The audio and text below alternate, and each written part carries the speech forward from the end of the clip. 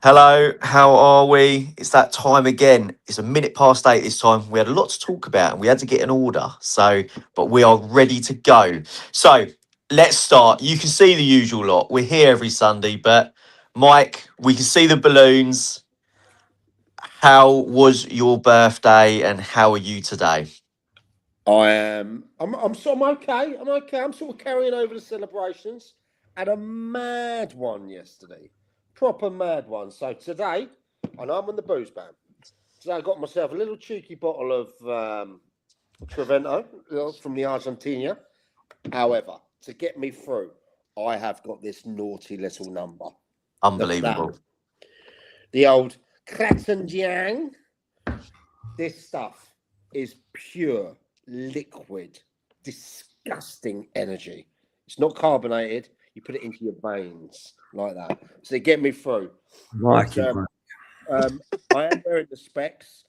I'm not wearing the specs because my man down there, he's wearing the real specs. So please, everyone, don't take the mick. I am having struggling with my eyes lately, and I had to go into Poundland, to buy these.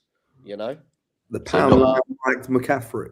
not Yeah. proper glasses, That- not prescription. back in the day, my old man used to tell me, if you keep doing something, it'll make you go blind. I've decided now that maybe he was right. Drink it. So yes, buzzing to see you all, gents. Loads to talk about. Lots to talk about. And also, we're joined by another birthday boy from the other day, Mr. Wood. How was your birthday and how was the Mobos? Mobo's was good on Thursday. So I actually turned 40 on Friday. So I actually turned 40 at midnight. Obviously, naturally, I was surrounded by by my clients. The whole music industry, urban music industry, was up in Manchester. Great night. It was just great for me because it was back around the people that I've been, like massively part of my career. Whether it was like, Yeah. there was a grind set with DJ Target, Wiley, Chipmunk, and Target, he's a legend. yeah, Target's one of my clients. He's like he's one of my proper mates in the industry, and he put together he was hosting the Mobos actually. So funny enough, I ended up first time back at the Mobos. I ended up everywhere, whether it's backstage. I didn't see the awards. I was catching up with people everywhere, from Kanye King, the founder of the Mobos. Met Pharrell. Well, I say I met Pharrell. I've met Pharrell many times in the past, but Pharrell Williams was there. I had to catch up with Pharrell Williams. It was great. But yeah, it was amazing. It was amazing to be around my people again. And Good, mate.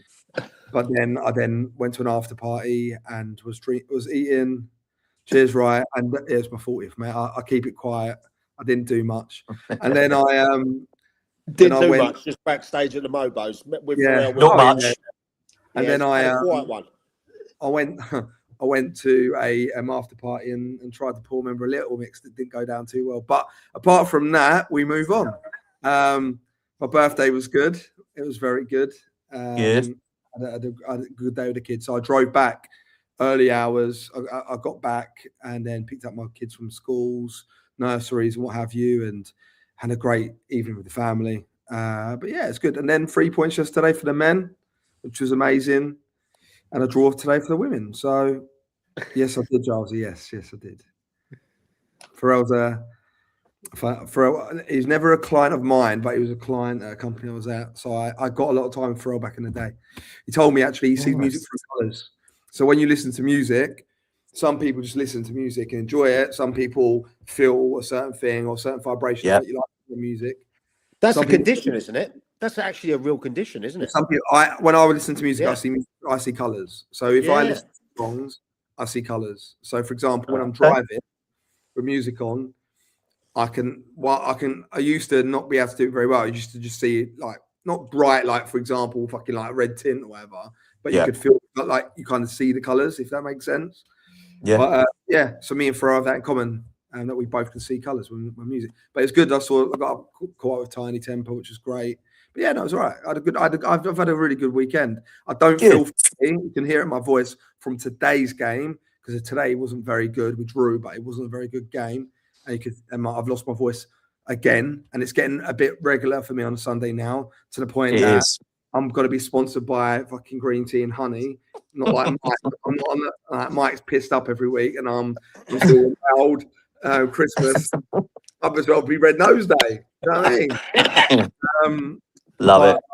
But yeah, no, great weekend. And how about yourself, mate? Yeah, it was good, thank you, mate. Busy with the family and everything, and I was at a game yesterday, but also made the announcement that I'm going to be a dad for the third time. Thank you. Yeah, starting again at 39. I'm not 40 till May, so You joined us, mate. So we both gonna have 3 kids. So yeah, you got 2. Well, you got a daughter and I've got two girls, and then my partner's got a girl as well. so you could boy. end up, no. Well, that's what I thought, mate.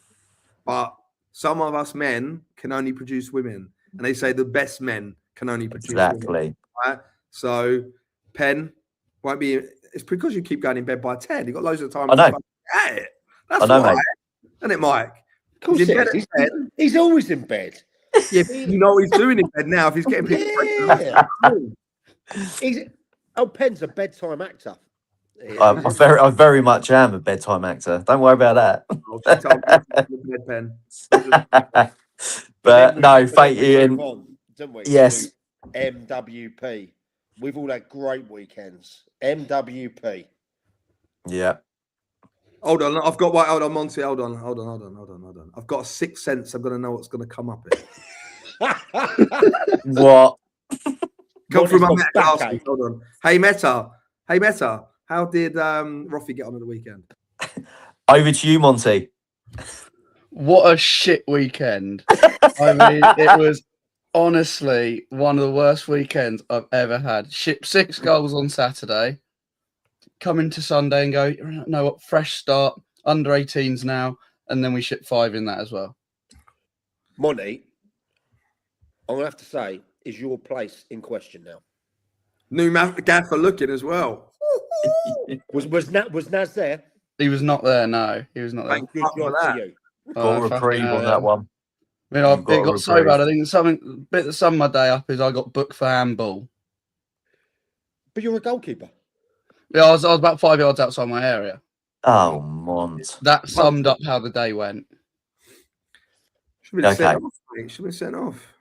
Yeah, that's fair. What I'm thinking. You got a fly, didn't you? No, but none of their lads were anywhere. We're never going to get the ball. Okay. Right. Okay.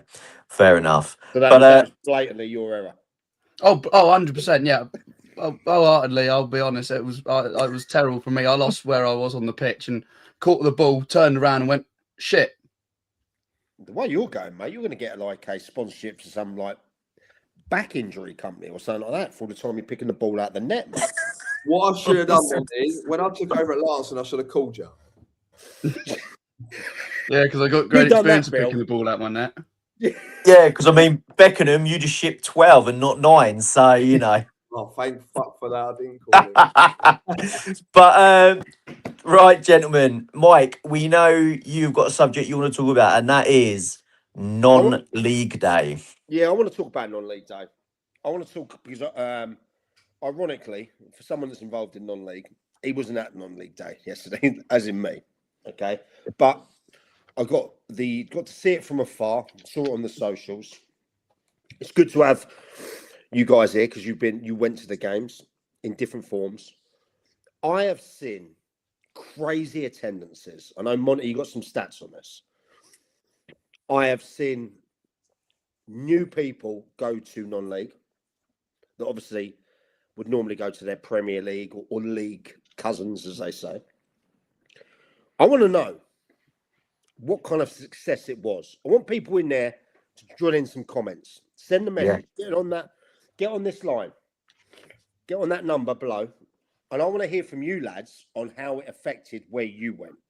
I want to say something before we get really into that, by the way. Yeah, go on. I want to be the doomsday on it. Ooh. Right, so Monty's going to pull up, and Monty, you do it before I speak, but pull up the stats of how many great attendances there were yesterday. What would you class as great? All right, attendances usual. Right. So, for example, if Roffy have 50 people watch, did they get 100, which is 100% rise? Like, you know, I know that. I want to know, Haywood Heath- and I'm going to pick it apart. Yeah, Haywood Heath had over 1,000 there yesterday. Yeah, I saw that. Incredible. Yeah. They had Bobby Zamora down there. They had the Premier League trophy. A lot of beer barrels would have been changed on that day. Fantastic for the club. Fantastic for the league. Really is. Yeah, I mean, you look at it and you go, there were 3 clubs that really stood out with an increased attendance. So you had Shoreham got 357. Fantastic for Stuart. Which is really, really good. Malcolm up there. And Haywood Heath, 1,048, as Mike, you earlier mentioned. But Guernsey, 1,553 people at a Step 5 game. That's fantastic. That is, I mean, that's incredible. Look, we all know that Guernsey can draw a crowd. There's, you know, they're on an island. It's a privilege to play for their team when you're on that island. Yeah, because some say they want to escape it to play. You know, like the Adam Scotts of this world that went on and moved on. Okay, 1,500 at a game. Great. Is incredible. Great. Yeah. Great. It's a one-off payday. Great. But I was disappointed with how some of the clubs in Sussex took it up.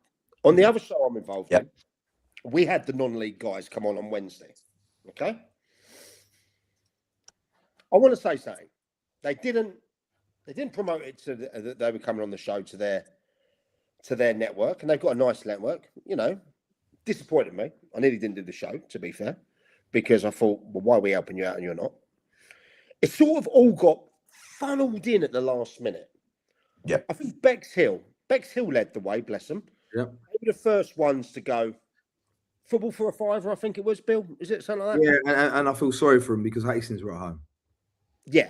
Do you know what I mean? Yeah. Like it's one of those where I think they got a couple hundred people there, but if Hastings went at home, they'd probably be about 500 there. Do you know what I mean? Yeah. But it was, for me, the planning of it in Sussex was poor. Yeah. I'd saw everyone in the last 10 days catch on and go, oh yeah, show us your Premier League membership to Spurs or West Ham or wherever you go. Brighton. Brighton, yeah, of course. Brighton. Who are all Arsenal, Man United, Chelsea, Tottenham fans anyway. Yeah. Yeah. Fair one. But show us your season ticket and you get in cheap. Yeah? Couple of things I want to bring up. What about the season ticket holders of the clubs, the non-league clubs? You have them, Bill. I'm sure you have them, Mont. You know, I know the teams have them. Two at Roffey. Yeah. Okay. But I thought it took a lot of getting going in the last 7 to 10 days. Yep. So stuff like that you should have started promoting that a few weeks before. Okay. Now, I think it's great. I absolutely think it's great. And it's a fantastic day event. But it's a one-off event. And it's my point, Mike. I actually think it's a load of bollocks. Right. Okay. Let's debate it. I think it's a load of, and I like people to jump in and tell me I'm wrong because I think I genuinely think it's a load of bollocks. And the reason why I think it's a load of bollocks is one, the whole if you're a season ticket for supporter at Brighton, come and support us tonight for free. Great. Okay, fantastic. They might come for once. I'm taking this off on serious now. Right. They might come once. Right. They might come to your game once. But we talk about this every year. Oh, the attendances are so good on non-league day, and then they fucking drop off the cliff because it's not actually about the day. It's not actually about, for example, getting people through the door once and trying to convert 3 or 4 people into like full-time fans, because that's not normally the case. The case normally is you're converted based on my experience, based on winning sides and well-marketed sides outside of just one fucking game of football. With all due respect, non-league day, because England are playing, no one gives a flying fuck about international football anymore. Let's be honest. No one cares. Like, to the point that they're naming 35-man squads. People really aren't debating it. Sky Sports.com's hits go down on international weeks by by a ridiculous number. No one cares. There is no football on. People there's no Premier League football to the 13th of April. don't rely on that one day, guys. Rely on now till then into getting people through the door. Think of a campaign that's a little bit longer winded, or just market your clubs better. So Hastings, for example, again, I think they were late to the party, but they also had a lot planned. So they had like the Speedway people down. So Hastings United, the pilot field used to be a Speedway track back in the 30s, right? That's why that big space around it, used to be Speedway. So they did things that kind of fit in with the ground. So they brought the Speedway people down, ice cream vans, extra burger joints and stuff like that, different food options. If you got into the ground early, it's £4 a pint as well. So did things like that. It was never, if you got a season ticket to go and fucking support, I don't know, fucking Birmingham or fucking Manchester United, you're going to get in for free. Like, it was, still have to pay, but we're going to put a load on, right? Our crowd was up, there's nearly 1,000, decent, not as good as, 1,000 for Hastings ain't great, but it's not been a great season, let's be real. Like, we have to be honest. But they did a load of other things. Fireworks. How many would you normally get, Bill? Just for the people listening at home. No, it pains me to say, but 600-700 at the moment. Okay, mate. So you're probably up 50%. It was up, but look, it felt busier. So I don't know if they counted wrong. But then everyone knows about Billywood maths. It probably would have been higher if I was counting anyway. The story's a story and all that. But I think I look at non-league day and look, Hayward team had they had a Premier League trophy there. They had a couple, was Bobby Samora there? Bobby Samora and some other guys there, weren't there? Glenn Murray. Glenn Murray as well. There's a couple of like ex-Brighton legends.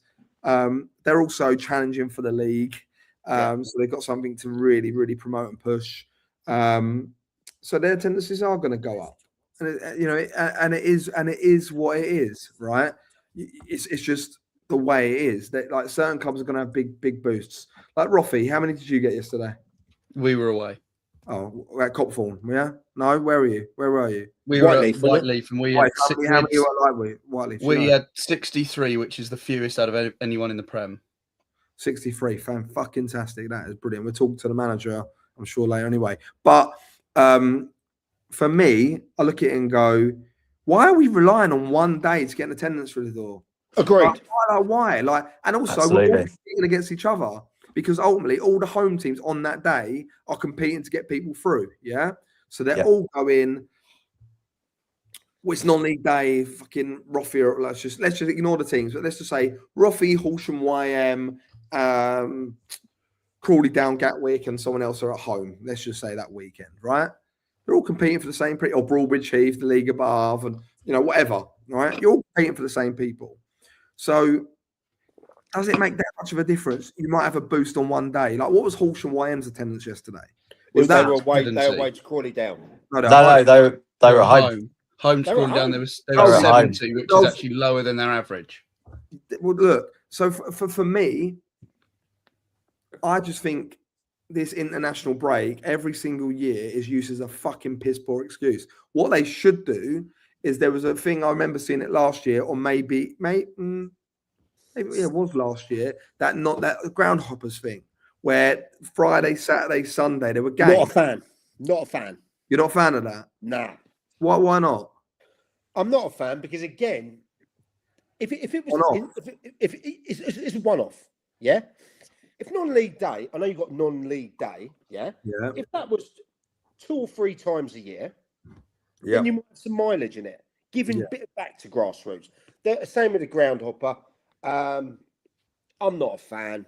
I went to the one last year. I think a lot of people are more interested in selling little badges. Do you know what I mean? Oh, yeah. Look, I'm not going to knock them too much, but let's be honest. Someone made money on that, right? It was a commercial venture. Let's be honest, right? But going back to non-league day, Mike, and about it being a one-off, I'll be intrigued. But it was one of the busiest. It's being the person who registered it wasn't even there. Fucking hell. Ultra YM. Cool. That's some stories coming out there. But right, back to what we're doing here. Non-league day. And I'd like to know if there's any chairman of clubs that obviously had to pay down the day who have done it. Do you see a long-term benefit from non-league day? And I'm not sitting here saying it's not great, the attendances are up. It's fucking brilliant, the attendances are up.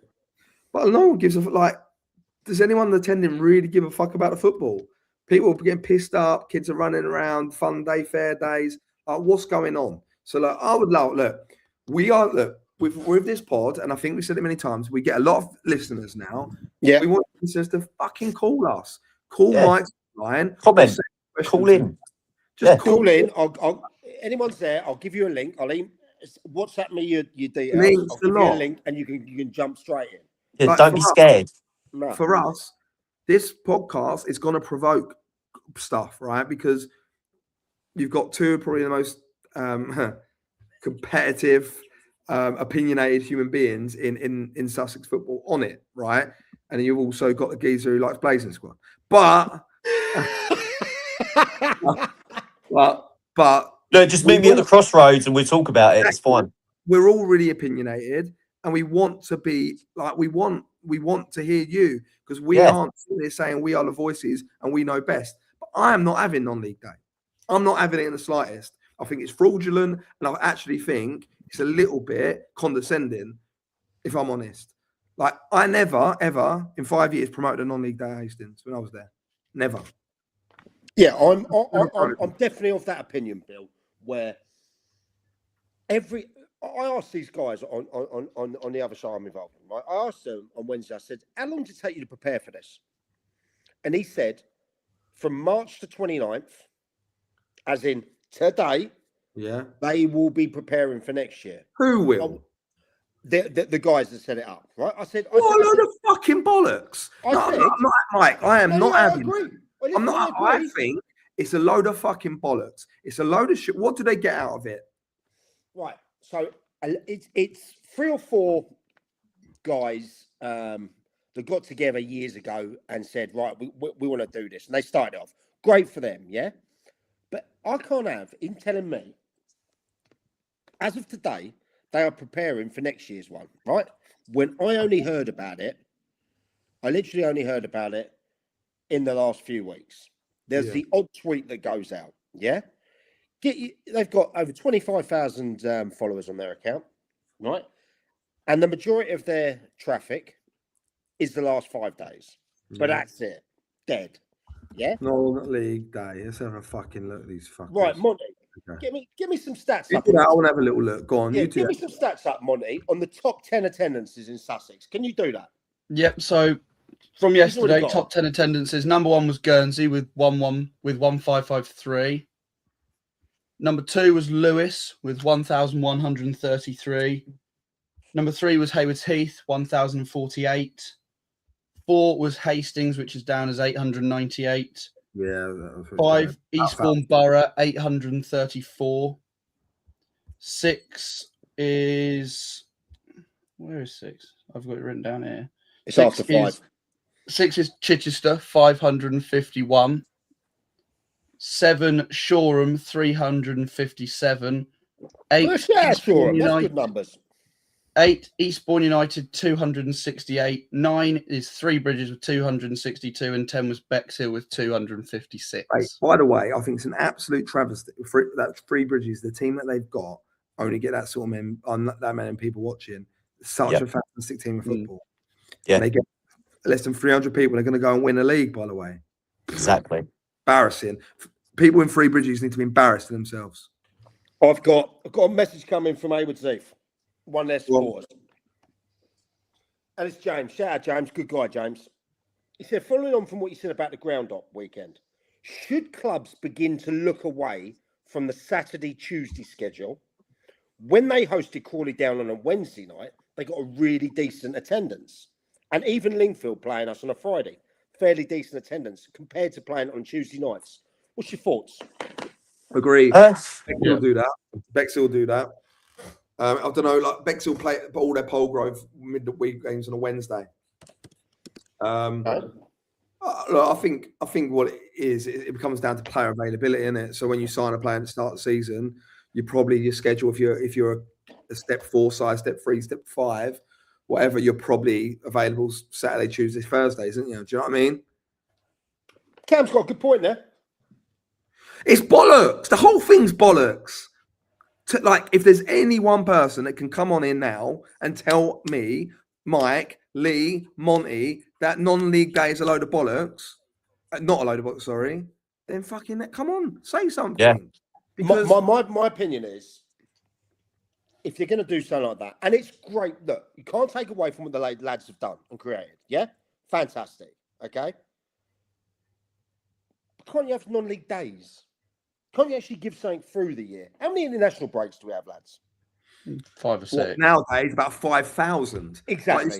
And we can't have more than one. You're telling me that people, clubs like Shoreham and Hayward Heath had a payday. You know, Steve Ratcliffe, Steve Isherwood, bang bang, and Slaney, they're counting their pennies in the pots today. What? But one day. Mike, why do we need a non-league day? Like, I'm not being funny. If Brighton aren't playing at home or Crawley, mate, I've got to take this off. They keep fucking telling me I've got messages. Right, like fucking things, mate. I'm trying to fucking accustom to them. Do my nutting. They're brilliant, though, aren't they? Yeah, they are when you speak to people, but I'm speaking to you lot at the moment. But so like, if Brighton are away or Brighton aren't playing or the Premier League ain't playing or fucking Football League ain't playing or whatever, yeah. No, I'm not. I'm fuming. I just don't like it. I don't like condescending fucking non-league. I don't like non-league football being condescended by non-league days. But like, for example, I look at it like this. There's so many international breaks or there's teams not playing. That's when you just, as a individual football club, because you don't know, not everyone's going to have things at home in those periods, yeah? They have to do better themselves. Like, what does having a non-league day symbol have on to get more people in through the gate? It don't. It doesn't. And it's proven by those, what you just said there. Them attendances in certain places are down to the promotion of those football clubs. So Hayward Heath did a fucking great job in creating an event. Yeah. Brilliant job. Yeah. Shoreham are in a relegation scrap against top of the league, one of the top teams in the league. There's local interest and Shoreham trying to get something or seeing a very good event inside. There's people that are going to go down, and Shoreham, guess what Shoreham's really close to? What ground it's really close to? Brighton. Yeah, Worthing. Exactly. So a lot of Brighton fans were Worthing away as well. Worthing are away. Yeah, Worthing away. There's fans that might not travel to away game for Worthing, or might go Shoreham, and Lancing weren't at home either. So Shoreham were a good option. It was a great opportunity for Shoreham to have a better attendance. Great. I made up for the lads there. Everyone knows we got a lot of love for Shoreham on this podcast. So rather than it being about a silly fucking and by the way, these non-league day people are going to hate my guts after this. And it's not for me to. I'm not knocking them because obviously when it first set up, it made sense.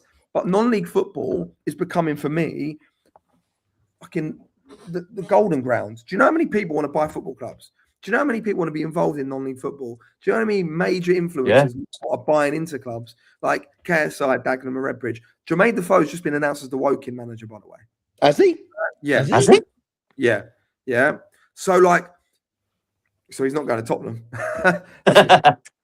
Right. But what we've got to understand is stop degrading what we are. Exactly. I don't give a fuck about Brighton fans. I don't give a fuck about Worthing fans. Funny enough, I've just had Paul Fowler messaging. Top guy, Paul. Shout out, Paul. He's agreeing with you, Bill. He says, why don't fans of like Brighton, Arsenal, West Ham go to non-league games when the Prem teams play away? Why not? They do. Yeah. I think they do. Not all of them. Don't get me wrong. Not all of them, but I think they do. Because Hastings, when Brighton are away, sometimes you'll see a few Brighton, like, do you know what I mean? Season ticket holders will come through the doors at Hastings. There's a lad called Ben Bennett who goes to Arsenal all the time, but he's a big Hastings fan as well. When he's not at the Arsenal, he's at Hastings, right? So you do see that. I don't think you see it on every Arsenal supporter or every Charlton supporter or every fucking Brighton, whatever club supporter goes to their local club. I don't believe that in a second, because if that was the case, clubs like Cray Valley PM and VCD on the doorstep of Charlton would get bigger attendances than 100 people watching them. Do you know what I mean? So, but for me, I just think, just promote your club well. Like I said, I'm going to go back to it. I was CEO for 5 years. Never, ever, ever even thought about non-league day. Not once. Because every game was important. Every game we wanted more people for it to get through the door. Get off your asses, stop eating the tea and cake at fucking half time in the boardrooms, and go and promote your football club. Stop relying on a Twitter page that really X doesn't have any fucking real relevance anymore either. Just move on. Just promote your clubs. Yeah. Okay. So, Billy, emotional for it. All agree. We're all agree, and it's a sound argument and debate. But we will Get cut your away from that questions for the in. Get 'em moment. in. Get 'em Yeah, in. get your questions in, and then when we come back to it, we'll answer them. Right, Mike, would you like to bring our guest in for tonight? Yeah, we got some breaking news, lads. We have, and we're gonna get to him now. Right. Welcome to the show, Charlie McCarthy. How you doing, gents? You all right? Yeah. Good, not bad, mate. So, as you saw on Twitter earlier, me and Rich nominated you to come on. So Yeah. I thought, no, I've got to get in there and get you to come on as well. So for people that don't know, Charlie, you're the interim manager at Lingfield, Yeah. but I was told by Rich, you do have an announcement to give us. Yeah, no, it's been made official, obviously, after the game yesterday. Met with Rich and Max, and basically, yeah, we had a good chat, and I think, yeah, we've made it official now, so excited to What's be that, on the Charlie? job, yeah. Official. What's that, sorry? What's official? You ain't told us. What's official? Well, the fact that I'm the main man now, I'm the manager, Well done, so mate. yeah, there you go. Charlie, done, congrats, mate. Because Cheers. and I was shout told if you won 5-3, you wouldn't have got the job. So, well done. out- and a shout out to Rich Williams, great chairman, Yeah. who gave us this scoop, because you haven't even announced it on your X. Yeah. Have you? This is an exclusive before the club's official website and X. Big Rich, thanks Yeah. for the support. This tells you what this podcast means, Mike, to the Sussex, Sussex football, non-league football. But yeah, Charlie, congratulations, mate. Well deserved. Thank you. Yeah, Charlie, thanks a lot. got a couple of questions. Yeah, go for it. Got to know your club. Got to know your chairman. Yeah, Got to know Joyce before, and yeah, great guy, by the way, great guy, and yeah, he's top bloke. and he's just returned to one of his former clubs, so we wish him, we wish him well there. Charlie, it's been an up and down season. Massively, yeah. It has. We know that you've got fantastic things happening off the field. Okay. Yeah. We also know that you've had to play away from home all the time. Yeah. Okay? I want to know what the mood is in the camp at the moment, because let's be honest, you're still down there. You know, you're still down there fighting. Yeah. A club like yours, probably shouldn't have been in that position. Yeah. I want to know what the boys are thinking. By the way, love you skipper. If he's still going to be your skipper, top guy, love him, mate. He's top man. But I want to know what the vibe is, because I'm seeing warts and all on Project Lingfield. Go and watch that on YouTube for the people listening out there. Project Lingfield, fantastic. Don't shy away from anything. But I want to know what the boys feeling like. How are they taking to you? And I want to know what you're going to do different to make this club move on, kick on again. Yeah, I mean, obviously, Lingfield hasn't had a home for a long time now, so that's obviously been quite hard in itself. And Rich has come in this season, put a lot of emphasis on the project going forward, in a sense where he wants to take the club, and it's been a bit of an up and down season, like you said. I'd say the mood in camp at the moment is a good vibe. Obviously, we were sad to see Joycey go, and obviously we've had to adapt over the last month with, been 6 matches and 1 training session in that time. But obviously we've got a few good results, especially yesterday. Cheers, Monty. Charlie, I won't go too much into that one. I respect you, Charlie. I need you to be honest now. Yeah. Was he at fault for? How many was he at fault for? The people don't know this. The handball was an interesting one. Obviously, we scored from that free kick when that happened as well. So we can put that one down to it, but I'll leave the rest alone. Right, Charlie, I heard Naz is listening, so you've done him a solid there. Well done. Yeah, no worries. But no. Look, the camp's positive vibe at the moment. We've got a really good core group of players. And ultimately, like, we're all on the journey together, and we know that we've been fighting for the last, well, pretty much the whole season. We've been fighting down at the bottom with the other teams that are down there. So over the last month, it's just about getting everyone on board and picking up some big results, really, so that we can start moving away from that drop zone. Obviously, after the results yesterday, we're now 9 points clear of Lancing, which is a big result for us. So we've still got some work to do, but we're looking up now rather than looking behind our shoulder, hopefully. So yeah. You play a big part, by the way, in look, I don't want to jinx you. I think you're one win away from safety, complete safety, that is, in my opinion. Yeah. You've only 5 games to go, right? But you play in your last 3 games, Fardinians away, Lancing away, Yeah. and Shoreham at home. Yeah.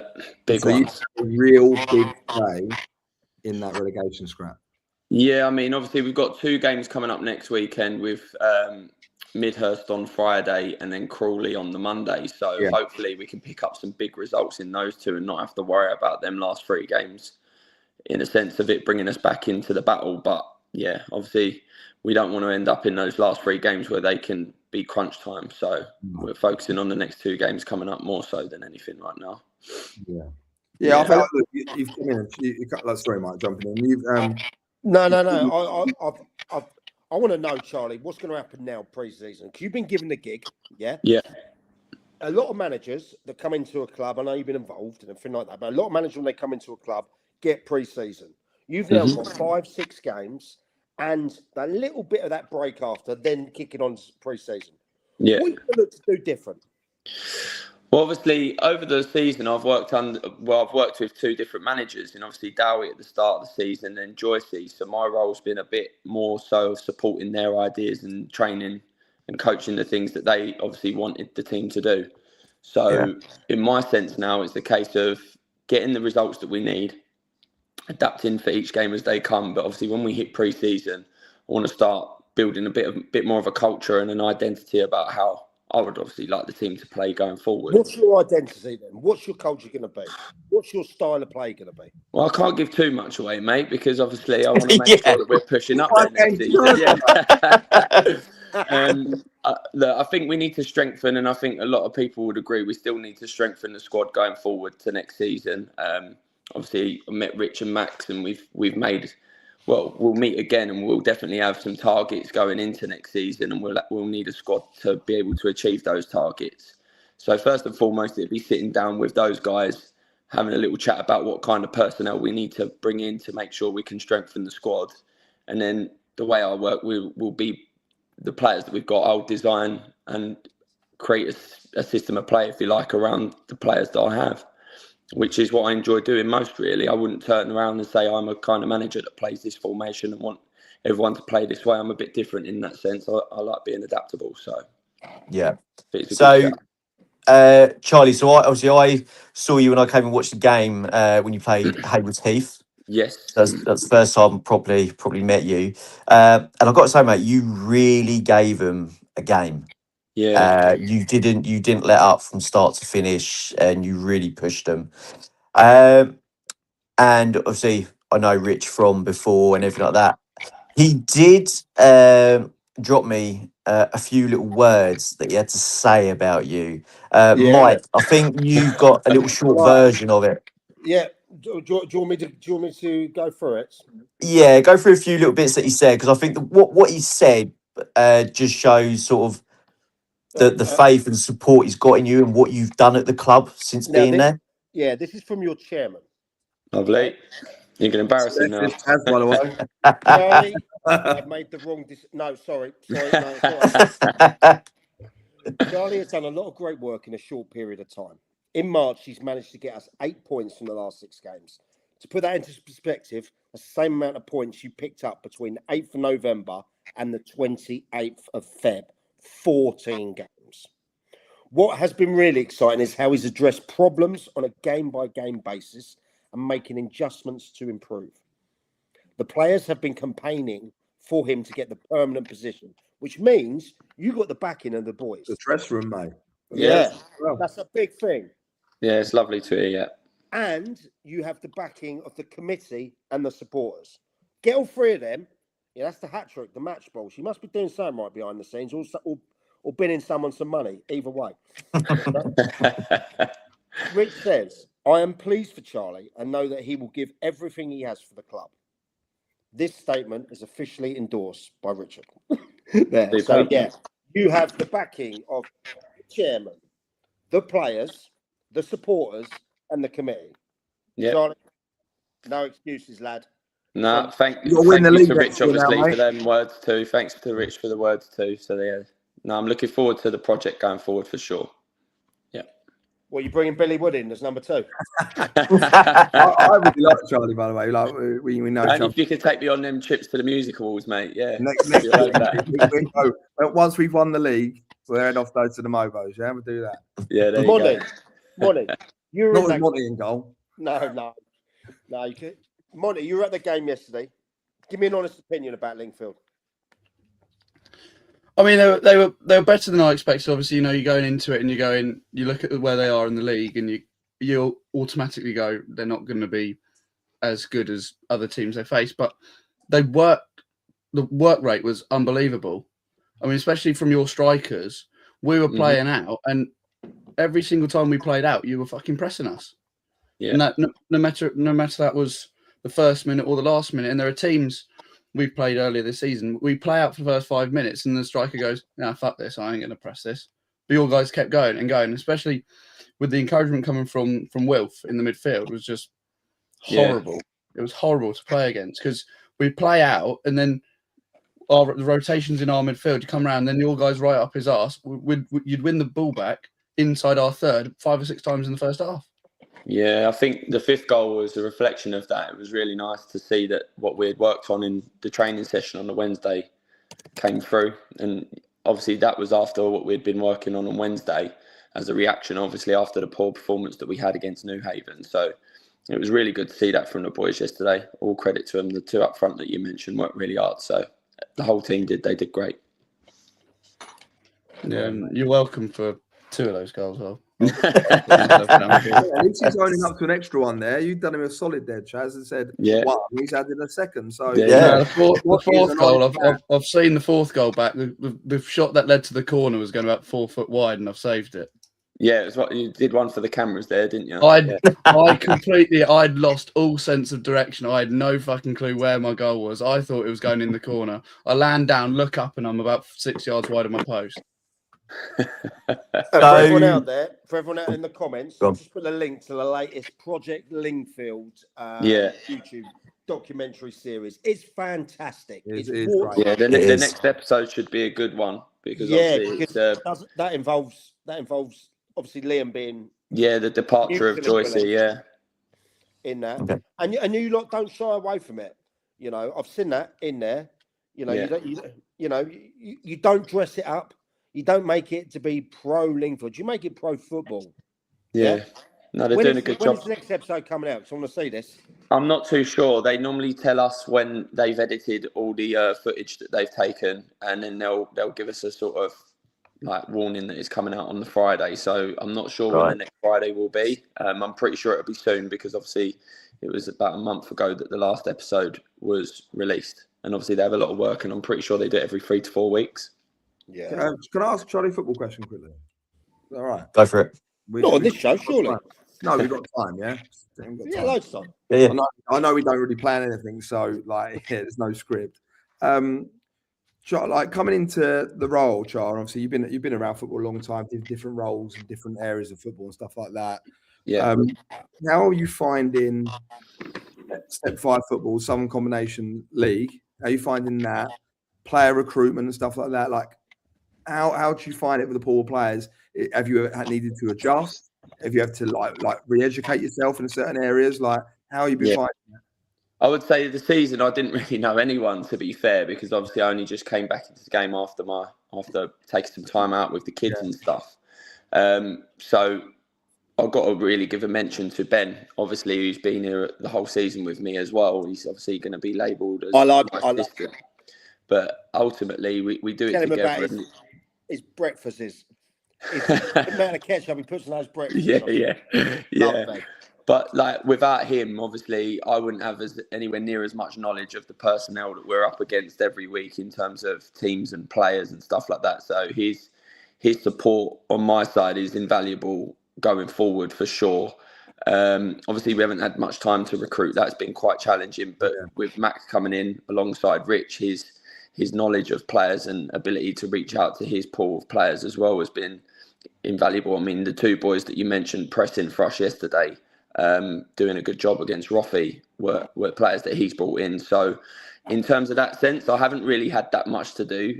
I can just focus on like the coaching and the man management style of stuff without too much worry about the recruitment and personnel around us. But obviously I've got a bit of catching up to do now, start doing my analysis and prepping for next season. And then, yeah, I'm sure I'll get up to speed with it all. There's Rich. And there's your chairman there. Avid listener, a big fan of the IBB10 show. Yeah, he doesn't miss an episode. So Charlie, just before we let you go, mate, just one thing. So going into the games that you have left, what are you telling the boys? Are you telling them, look, every final is every game is a cup final, or are you going, look, this is the job we've got to do, so let's get over the line and then look to next season?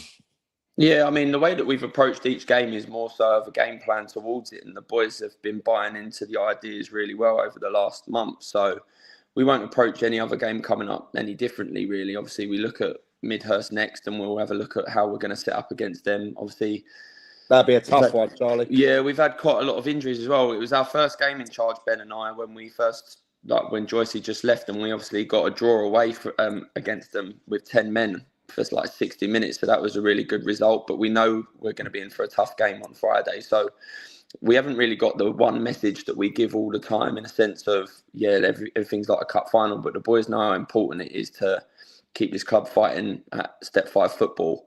And every game we just make sure that we prepare correctly for it. Charlie, can I ask, is there any way that you move leagues? In a sense of myself? No. Bill, you might know a bit more about this.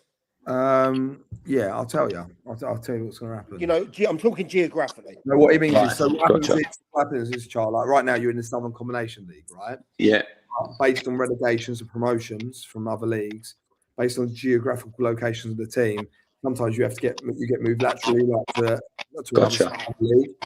So, for example, I should never even been thinking this, and it sounds arrogant to say it's Hastings United, but when we were staring at the potential drop into county football, because we're so close to that Kent border, and with East Grinstead coming down, Littlehampton look like they're going to go down as well, and maybe Hassocks, let's just say, it could have ended up pushing the team push two teams into the Skeffel, or into the combined county. So East Grinstead could easily end up being in the combined counties.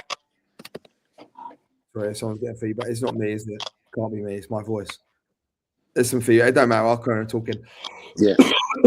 Or like Hastings, we could have been easily put into the Skeffel on that kind of Kent border. Right? Yeah. So where Lingfield's based, and obviously, are you moving into your new ground next year? Or are you still at Whiteleaf? I don't actually know the ins and outs of that yet, in a sense of what's definitive as an answer. I know that there's been a lot of groundwork going on at the club to get us back home, but yeah. So even if back home, it's kind of near Gatwick area anyway, isn't it? So so if it was at Whiteleaf, probably it could have been a candidate to move into a different league, which then does change. It then definitely does change what you do, because recruitment of players, travel, and everything like that. Cool. So Lingfield should be safe in that sense, looking at other tables. But yeah, it's always when you're on a border.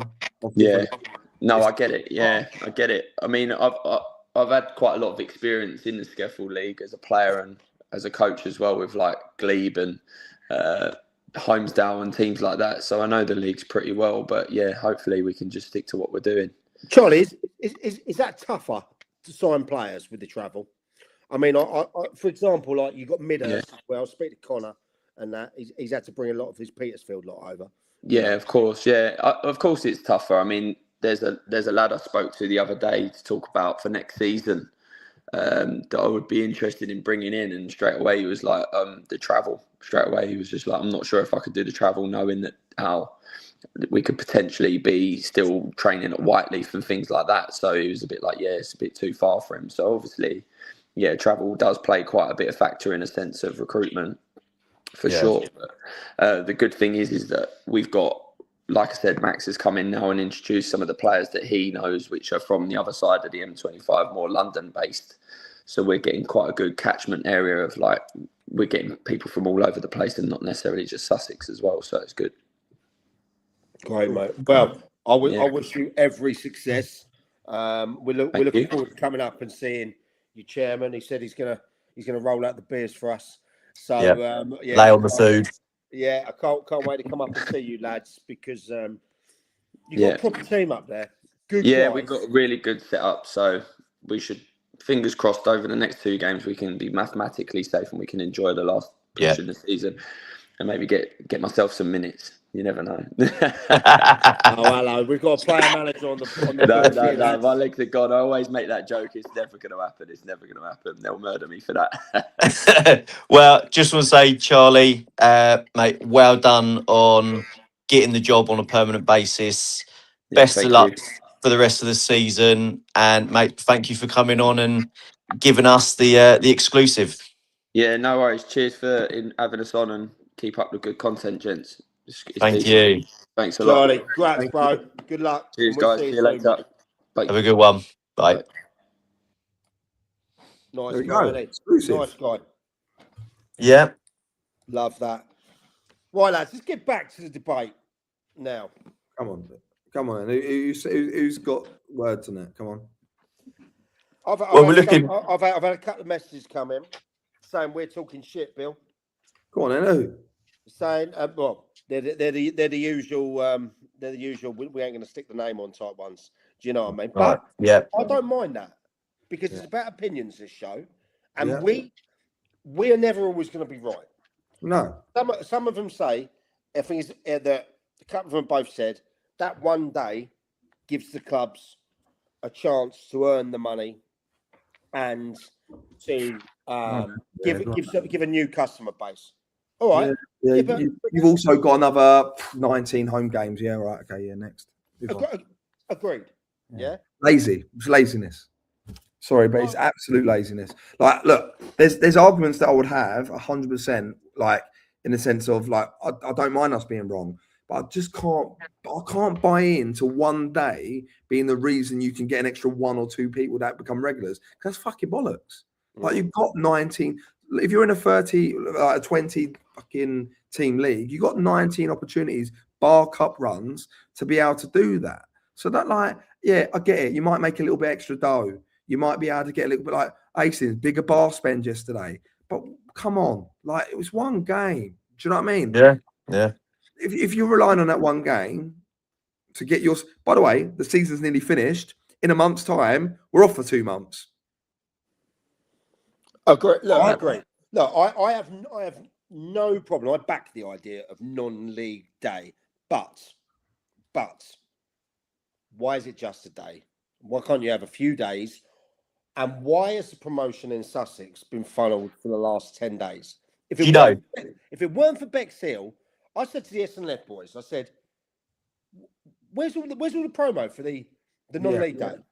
And they went, "Oh, they said, don't worry, because the clubs will start coming out with something." Bexhill, shout out to Bexhill, they did it first, and then everyone started going, "Oh shit, fuck, we need to do something." I know Heath, I know the Haywards Heath had that booked in, but they couldn't mention it. Yeah. No. So I want to say, because I think I said in our group as well. Why is it non-league day on my Twitter in Essex?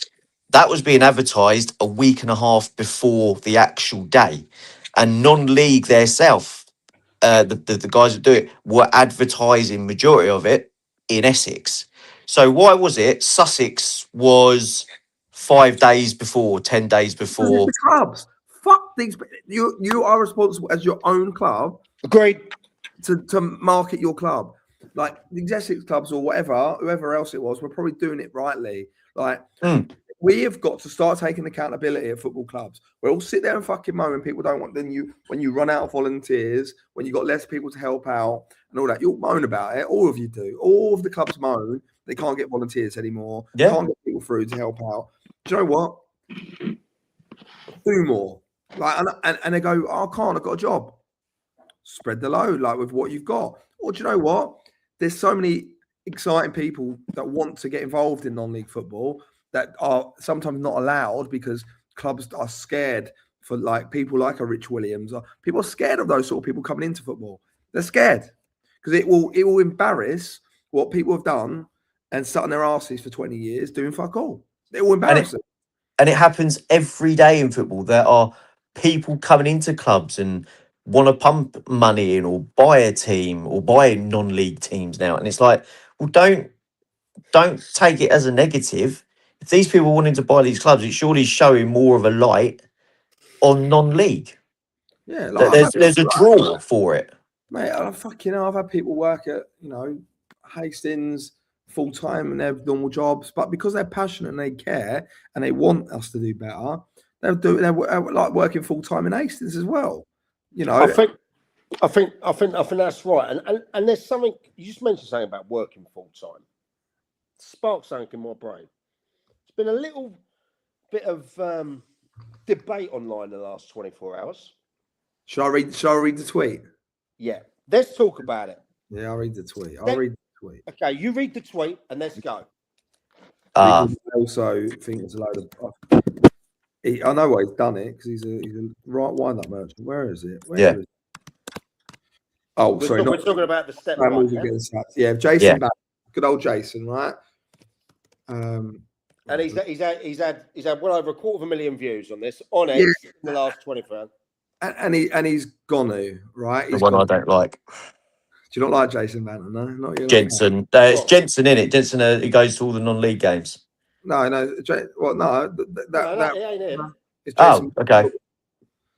He's gone. Right, he's gone. Step one football. So he's on about National League. Yeah. Yep. Yeah. Step one football is not professional football. The football pyramid is Premier League to League Two. Hope that helps. Now, can I read a couple of people that have commented on it? Is that all right? Yeah, please do. Marloke manager Kieran Ridley. The very definition of professional is someone who does a said thing for a living. So if a footballer has a contracted place at a club and it's their main source of income, they are a professional footballer regardless of the level. Yeah? Yeah. Someone wrote back to that. If you don't play in the top 5 tiers, you are not a professional footballer regardless of the compensation exchanged. Let's see if there's a couple more here as well. Now, it's called semi-pro. Everyone used to know this. It means some players get paid because the clubs at step 1 tend to yo-yo between League 2 and Conference, but clubs aren't required to pay players, hence semi-pro. Now, I'm going to be frank about football. And the fact is, a lot of clubs are living above their means, right? Yes. As you can see from Maguire's accounts, he keeps posting. Yeah, and mate, Kieran Maguire is clickbait central. I listen to his podcast. I'm not going to lie, I like him, but his Twitter account is a clickbait account without a doubt. There's no context to any of these things he's putting up. Like Worthing, £1 million in debt. Well, they rebuilt their ground. They spent X amount of million rebuilding. Exactly. Rebuilding the ground to make it a more attractive place to watch football. Now, including a new 1986 lounge that I was in this week. Beautiful, isn't it? Beautiful. Yeah, lovely, mate. Right. So, the National League is a glorified League 3, right? If you look at the teams and names in it, it's a lot of big clubs. Yeah, York City, Sutton United. Like, let's pull it up. Let's get a little bit in the. Let's get in the granular. Do you know what I mean? Let's go for it. National League. Here we go. Right, table. Bosh, Rochdale, York, Carlisle, Scunthorpe, Southend United, Forest Green, Hartlepool, Jermaine Defoe's Woking, Yeovil, Aldershot. I sound like David Brent here. Aldershot, Gately, but big teams. Yep. Yeah. a lot of those team names, if I said them and I didn't tell you what league it was, what would you think? You think it's Football League, wouldn't you? You would. Yeah, you Yeah. would. So effectively, the National League has become a professional league of football. They're all full-time. There's not many, if any, that aren't. There's big money being spent on players. I say big money, but like by football league standards. Yeah. Bill, for people that don't know, at the top end of that league, you know, you've got let's say York. York's. Yeah, say York. You could have a and we couple know of like players. what Ollie Pearce is on, roughly. Yeah, you could have players on 5-10 grand a week. You could have players on. You could. Really? You That could. much? Yeah, That much? But the average is probably, with all due respect, 3, 4? anywhere between, I would say, 2.5, 3. I know league football players who are getting £600 a week. Like League Two football players, they get £600 a week. Yeah. Look, it's not money's not crazy, but you're probably looking at a good take home between 40 and 60 grand, right? It's good money. Like, play football, it's good money. Do you know what I mean? Not many people would, let's be frank. There's people that don't go full time because they earn so much money part time football, and they've also got a job. Yeah. But National League, the debate is National League is not professional football. I can't have that because the standard's so good. And let's just look at the rate. I don't know, Monty, if you want to try and find this stat, but when was the last team that got promoted from the National League into League Two that got relegated? It's been. I saw it the other day. It's been like 50 years or something like that. Right. So put it this way, right? So you're saying what team has gone promoted up hasn't been relegated. relegated the next year down? If anything, you see a double bounce. Yeah. You see teams 1-1. Yeah, 100%. So look, I get what he's saying is, but they're not in the League Cup. No.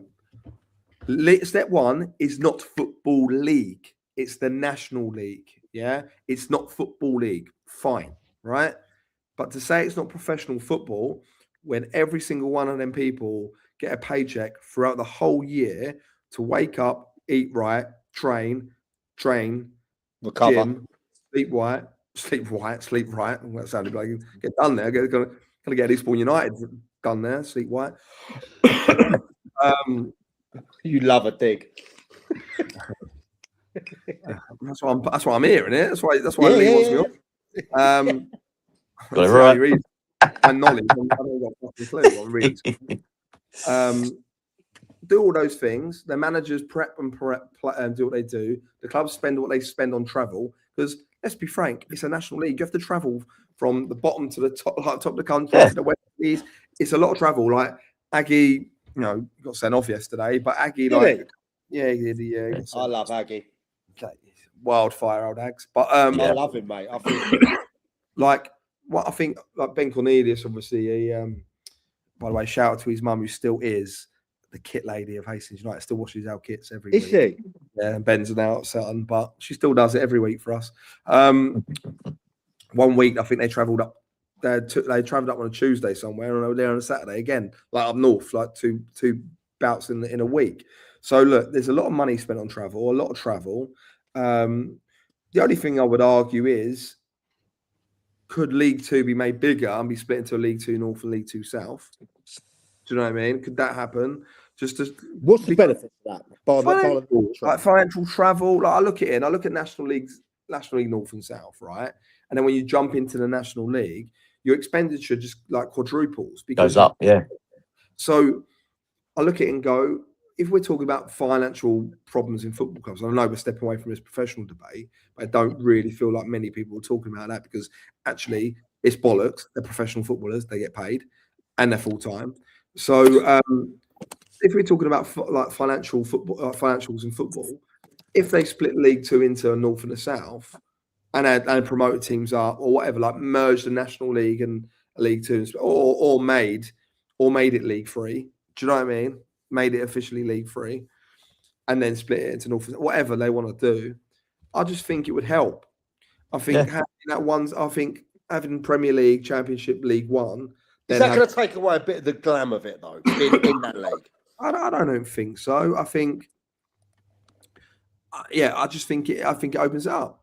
Opens it up. Monty, what do you think? Well, somebody who used to work with my dad is best mates with the owner of Dover. Oh, okay. So, and he was saying he prefers being in the National League South than the National League. Is it because of the travel and stuff? Expenditure's down. Yeah. He can pay players less, Yeah. and you actually get more in the door Yeah. because the games are more local. You've got more derbies. You're not going to be having Carlisle bringing 200-300 down to Dover on a Tuesday night. Whereas if you're playing a team who are 4 hours closer, you're actually going to get more people in the door. So they make Dover. I know they made more money being in the National League South than they did when they're in the National League, and that's when they finished 8th in the National League. They made more money National League South. Do you think? Do you think? Like, obviously, 8th. That's a great finish in the National League, right? Do you think it also does help Dover being in the National League South? I know they had a dip out. They dipped out for a bit. They've come back. Do you think if they're challenging at the top end as well, that helps? Because they're always like Dover, right? They have the ability to be a massive football club, in my opinion. They can really be. Obviously, they're arse in the nowhere. Like they're on the southeast coast of Kent, and it is hard to get to. But a lot of these teams now do train more inland, don't they? A lot of these. Do you think being a challenging up at the top of a league is more valuable to? Like with the hashtag thing, like the relegation there, right? I want to get your views on that after. Yeah, we'll talk about that as well because I like Spencer and I actually know Spencer. I'm not a fan. No, we'll talk about that. I'm me neither.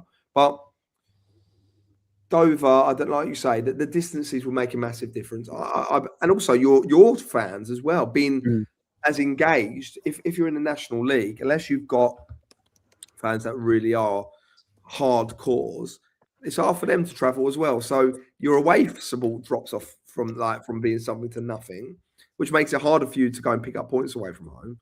And secondly, also the connection of the fans, because where they might see 38 games a year and love your strikers, love your skipper, and have a connection to the team, they're seeing after games, aren't they? Do you know what I mean? So what we're going to so let's conclude. Yes or no? Step one is not professional football. It is, and so step It two. is. Yeah. I agree. I absolutely agree with that. People are taking a wage like that. It is. You know, I have to agree with that. I think a lot of it he did was clickbait. He wanted to stir it up, but that's how it goes. He got a reaction, didn't he? He got the views and got what he wanted out of it. So yeah, he's clickbait and he got the response, and now we're talking about it. So, but gentlemen, as you just said, Mike, Bill, let's talk about hashtag with what we've seen with Spencer coming out and saying that he's asked to be written to the league, to be relegated. What are we thinking? What's his reasoning behind it? Bill, let's go you. Well, sorry, Mike. Yeah, I'm a fan. I was a fan of what they did. Okay. I think for them, they realise that YouTube bubble has blown. Yeah, they're not getting the asses through the turnstiles, and they bottled it. Yeah, 100%. 100%. Like, there's a difference, and I'll tell you this for a fact. There's two YouTube teams in my eyes, right? There's hashtag United, and there's the SE Dons. And the SE Dons are good. SE Dons are culturally relevant, right? Yeah. We represent an area and an individual. And what I mean by that is SE Dons, Southeast London, right? That's where the heart is based, right? Greenwich Borough. It's where Don Strapsy, G, Ryan Palmer, and all from the area, like around that area, around South London area. All grew up in different, G and Don Strapsy are very close, grew up together. Ryan Palmer is actually Don Strapsy's brother-in-law. He's married to Don Strapsy's sister, right? So there's a family thing there. That is public knowledge. I'm not blown, I'm not making something up or put it out there. But they represent a feeling and a kind of movement, right? Whether that's urban music, whether it's like black culture, whatever everyone wants to like say, it represents an area, right? So I've watched Yes, it does many times. Obviously, they are my friends. Some people might think I'm being biased here, but I'm not. I went and watched them play away many times last year. I took Joe Knight with me a few places, and they travel with a fan base. They built a fan base. They built a feeling. They go away, a big fan base as well, Bill. yeah, but they go away and they sing, and they banter the away fans, but not in an aggressive way. It's not like people will paint them as the aggressors, right? Fucking hell. Because we talked about racism on here before. Like a lot of people don't know how to do. Genuinely, there's been another one at Whiteleaf yesterday. There's another one at Whiteleaf yesterday, by the way. We'll talk about that as well then. But people genuinely don't know how to deal with black culture. Like I know it sounds stupid. It's true, yeah. But what they do is they have a lot of fans. Like a lot of young fans will go places to watch the SE Dons, and they're cool. It's cool to be SE Dons. Like on the pitch, they're top of the league. But this with the players that they're bringing in, they should be top of the league. I don't think it. I think it should be like it should be easy. Like it's not a knock on Antonio because he's the one in the job, but he has to win the league. He should have won it last year. Has to win it this year. It's a non-negotiable. But there's no right that we'll see what happens there. But with hashtag, I think you're right, Mike. I think what happened was there were a YouTube thing. It blew up to a point and it got exciting, and they went in through the non-league thing. They had a bigger budget than everyone else because they had all the YouTube money. They were signing players from leagues above to blow away step 7, step 6, step 5. Got into the Isthmian leagues, got into the Isthmian Prem. The gates are small. They're not like the interest isn't there. They're not winning enough games. They can't attract step 1, step 2 professional football players to play for them.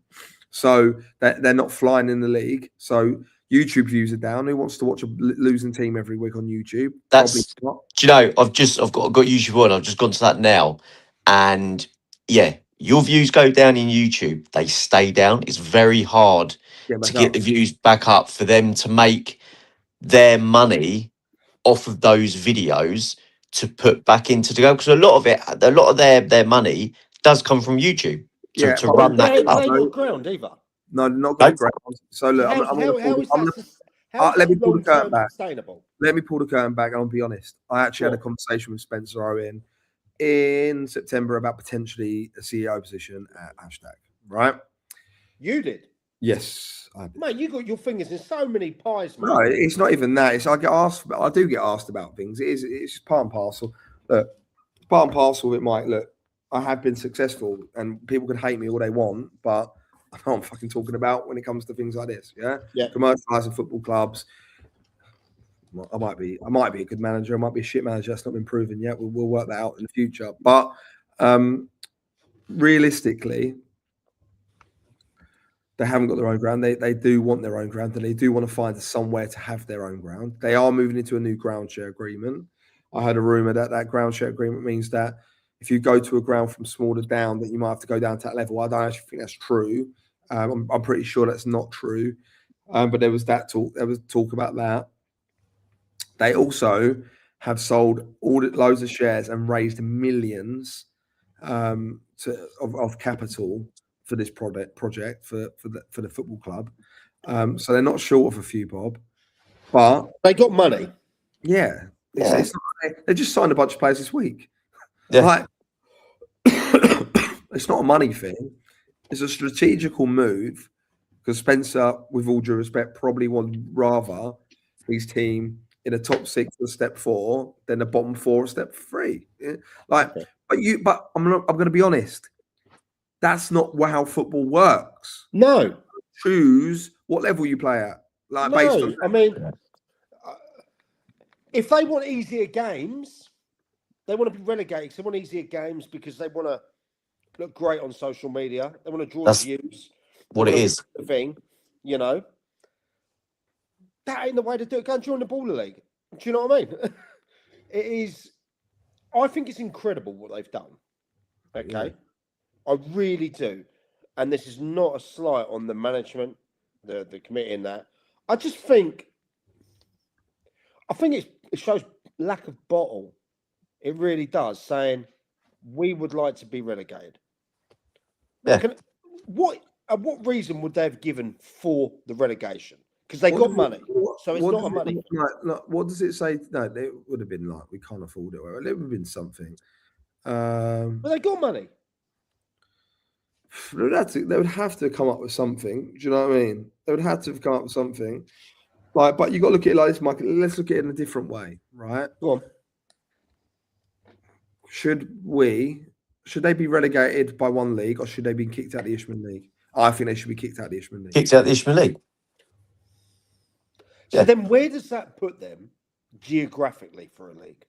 Well, no one knows. Well, they're based in Braintree, so Essex. It'd be the Essex County, wherever it is. But for me, you can't pick and choose. Like I said to them, like, I want to be honest. I said to them that Tunbridge Wells ground is falling apart, right? Like, nothing's happening there. Tunbridge Wells can't get games on.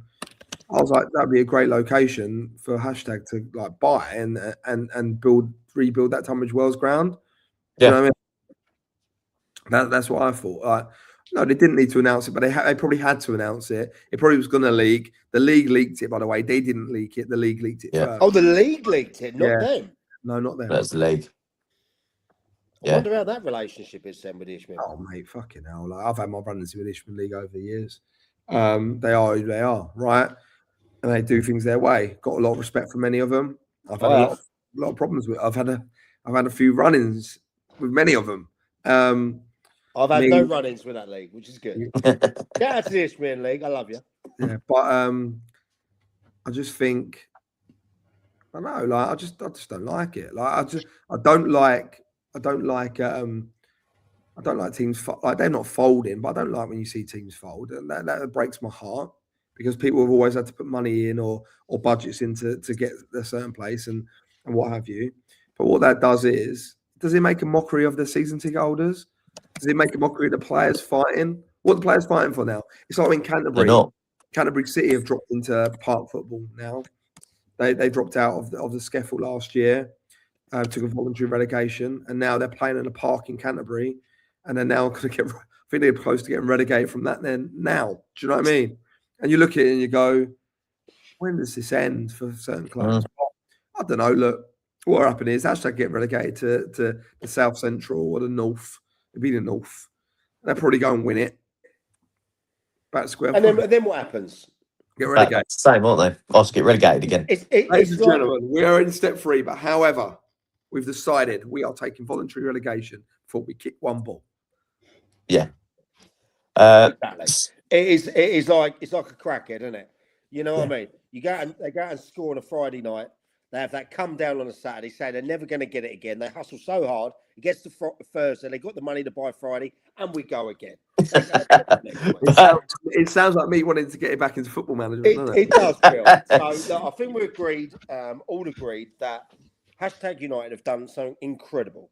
They were pioneers at what they did. Yeah. However, with the Isthmian League dropping that they wanted to get relegated, even though they probably could be relegated, dropping that, it does look a bit defeatist. It does look a bit like their bottle went. But that's not take nothing away from what Spencer and the lads have done there. No. It's not a qualm on them. It's the fact that that's their business model. That's how they did it differently. They were successful. Everyone knows hashtag. No one knows where they play, but everyone knows hashtag United. Exactly. Okay. I mean, I've met Spencer. He's a really, really good guy. I had a great chat with him. Isn't Antonio supposed to come on your podcast a while back? Antonio's meant to, yeah. We need to. Antonio, if you're watching, because I know you do sometimes. Are you watching now? Drop us a line and get in touch. On, Antonio, come and see us, mate. Because we want to hear about SE Dons. George or George do us a little turn. Do you know what I mean? Like, come on, Jolsey, right. you know him well. Get him on the phone. Right, gentlemen. Let's move on. Bill. Right, SCEFL playoff contenders. Now there is one team that I said I want to. SCEFL. Sorry, I'm just reading there. Monty, get rid of him. Get rid of him early. Get rid of him early. So, want to talk about one team that I mentioned just before, Reigate. Reigate Priory. Are they cut? They are a team that they're not making a lot of noise and they're doing it quietly. So and we're they're starting now in Div 1, are we? We're starting in Div 1. starting Div 1 because I wanted to talk about them because they got a win yesterday. And Darren's watching as well, isn't he? Yeah. And it's just they're not spoken about enough. And I think Dale's doing a great job down there. And in my mind, in my eyes, they don't get spoken about. Can I pull the curtain back on that a well, little bit as well? I've got some information on Reigate. All right. Go on, jump on, Mike. You start if you want. Yeah, I sponsored one of their players, Will Street. Yeah. Fantastic player, great guy. They've got no real budget at all down there. You know, they have no real home. I think is it Hawley they go and share? Yeah. I actually went to their spiritual home and did a bit of filming with Coach Wyatt, Dale. Bit like us, Bill. He's a Marmite character. I like Dale. I like him. Dale's a great guy. Do you know what? He Aaron's he's always there. Shout out to Aaron. Aaron at Reigate. Dale speaks where he says. I heard he's had I saw a couple of his tweets recently about the level of officiating in some games. You know, he says it how it is. Great coach. I had a couple of battles with him when I was doing the Arundel days. And tactically, very, very good guy. Tactically, you know, he's a sicko as well. Loves his football. Literally, a bit like you, Bill. You know what I mean? You two would bore the shit out of me if we were locked in a room for a month. Do you know what I mean? Mate, come on, I can't stop talking. Yeah, you two talking football all day. I tell you, dude. You know, this is a chore. But they're going on some run now. I wrote them off. They are. I thought 5 and 5. I thought they were out of it. I thought it was too big to come back. Monty, can you have a look at their last 5 or 6 results then? Because Bill's saying 5 out of 5. I believe it's 5 wins in 5. They are 5 wins in 5. Wow. They beat Ringmer 2-0 yesterday. Yeah. Then previously they beat Billingshurst 6-2 away. Massive result that was. Won 3-1 at Jarvis Brook. Tough place to go. Won 3-0 at home to Selsey, and then won 1-0 at home against Oakwood. And Oakwood are having a revival. Who in themselves are on a good run, having won 4 of their last 5, I think it is. All results in Big Brian joining a centre midfielder. I had Outfield last year. He's coming to the side. I'm going to sponsor him, by the way. And I wanted to bring that point up about the sponsor. Go on. I just look at it like, you know, me and what do you call it? Me and Dale have had a couple of messages because he didn't like that I called Upfield Buckfield a couple of weeks ago. I'm always going to be honest. Yeah, there's my guy, Big BT. There's the guy. I just commented. I don't know if you saw that. Yeah, there's my boy. There he is. I love Brian. Do you know what? Like, if you ever want a guy in your dressing room who's just going to light the place up with his big smile and person, then it's him. He's the guy. Yeah, 100%. And he is nowhere near where he should be as a footballer. I hope over the next year or so, especially now that he's found out why he fucking used to always run out of energy. Now he's found that out. Hopefully he kicks on because he's strong as an ox and he's some player. So be aware, Dale, wherever I go next season, he'll be my first call. But yeah, going back to Reigate, like we talked about, because I said Buckfield, it's a lot. Buckfield said they haven't got any budget, what have you. And I'm okay, all right. If they're saying that, you know, you have to take people on face value. But then you look at the names there and you go, Edmund Bango for playing for free. Well, he could have nicked a move in the past couple of weeks and probably got himself a bit of money. But you have to accept it, right? And they nearly picked up another point yesterday, and they're doing well. So big up the Uckfield guys. Hopefully they can still. I don't know. It's going to be hard to get out at this stage. It's tough down that end now. Yeah. Do you know what? If any team are back at the moment, it's them because they're winning games of football. So yeah, all good to them. But you know, Reigate players have to pay a lot of money in subs a year. By the way, so we'll have to get a sponsor to pay. If they can't get a sponsor, they have to pay.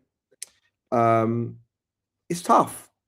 It's tough, and I'm sure Dale would want it better. You know, he would want to be able to have a go at it better. But look what he's built. He's built team spirit. He's built a desire to be there. Like we were lucky. I played them second game at Upfield for last season. We probably got a bit lucky that we had them so early because they were adjusting to the level.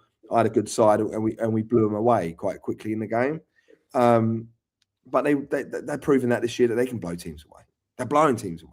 Yeah, hit some good form, and business well, end. At the business end. yeah. But so, by the way, your old club, you got to say the same for them as well, Arundel. Right? I am. I want to mention them. I want to talk about the contenders. Yeah, and I was worried about Arundel like a couple of weeks ago, and Me too. Again, I've got a soft spot there as well, as we all know on this pod, right? Yeah. Of course you have, because I've heard some rumours about you. But anyway, like the club, really got a lot of time for the club. Love that castle view. Oh, what a view, right? Let's stay on about Reigate at the moment. Yeah, but with that regard club to Reigate, also looks after over 1,000 kids. Was it really? Well. Yeah. In the community. That's great. And I was blown away when I came. When I did some filming with Dale for a show we did last year, he took me around the spiritual home of Reigate. You know, it was like it needed attention. Everything sort of boarded up. You know, we're wading through like 2 foot of grass. But he spoke with humility. He spoke with the fact that what that club means to the community out there, and I couldn't believe how many people that it works for with you know the one under there. So I think we would be wrong to write them off. I was wrong. A few weeks ago, I said no. I said what we've got now is it. Dale, you know, I speak to Dale all the time. I can't wait for him to give me some shit back. But let's talk, Monty. What about the other contenders in that league? Before we jump back up to the Prem, because there's some blockbuster fixtures happening this bank holiday coming up. Before we jump up there, in the Div 1, Monts, who else is in contention? Well, you got the usual suspects, you know, the Infinity, Worthing, and Godalming. You got Reigate, Woolcountians, Arundel, and then you can even include Billingshurst if you want. Can we? They're still fighting, and they got a big real decider on the weekend. They host Arundel. Oh, that has to be a must win for Billy, isn't it? If Billy loses that one, then that then puts them that puts them 7 points back from the playoff. Right. So they're up there, aren't they? They're up there like it's 4 points at the moment for game in hand over who is it? Monts. They've got Woolcountians. Yeah, who beat they're the ones who beat Uckers 2-1 yesterday, didn't they? Yeah. The only thing I look at it is Reigate Priory are it's like a shit or bust side. They win or they look like lose. If you look, they've lost more games than everyone else in and around them. But they've only drawn one all season. Yeah, that's what I mean. They are literally shit or bust. I sort of like that, mate. I like that. Off the cuff, yeah. It's dangerous. It's very dangerous. Yeah. Yeah. And their draw was in August. Wow. Dallas has gone, fuck it. We ain't drawing. Or we're losing. And, you know, it's 0-0. Fuck it, send the keeper up. Send the keeper up. Send them all up. I'm going Infinity for the title. Are you? Yeah, Infinity for the title. We're going down there in a couple of weeks. Is that what? No, Infinity for the title. And you know, it's a dodgy part of the country down there. If you're from an outsider, mate, I know it well. Yeah. You know So I'm going Infinity title, Godalming, playoffs.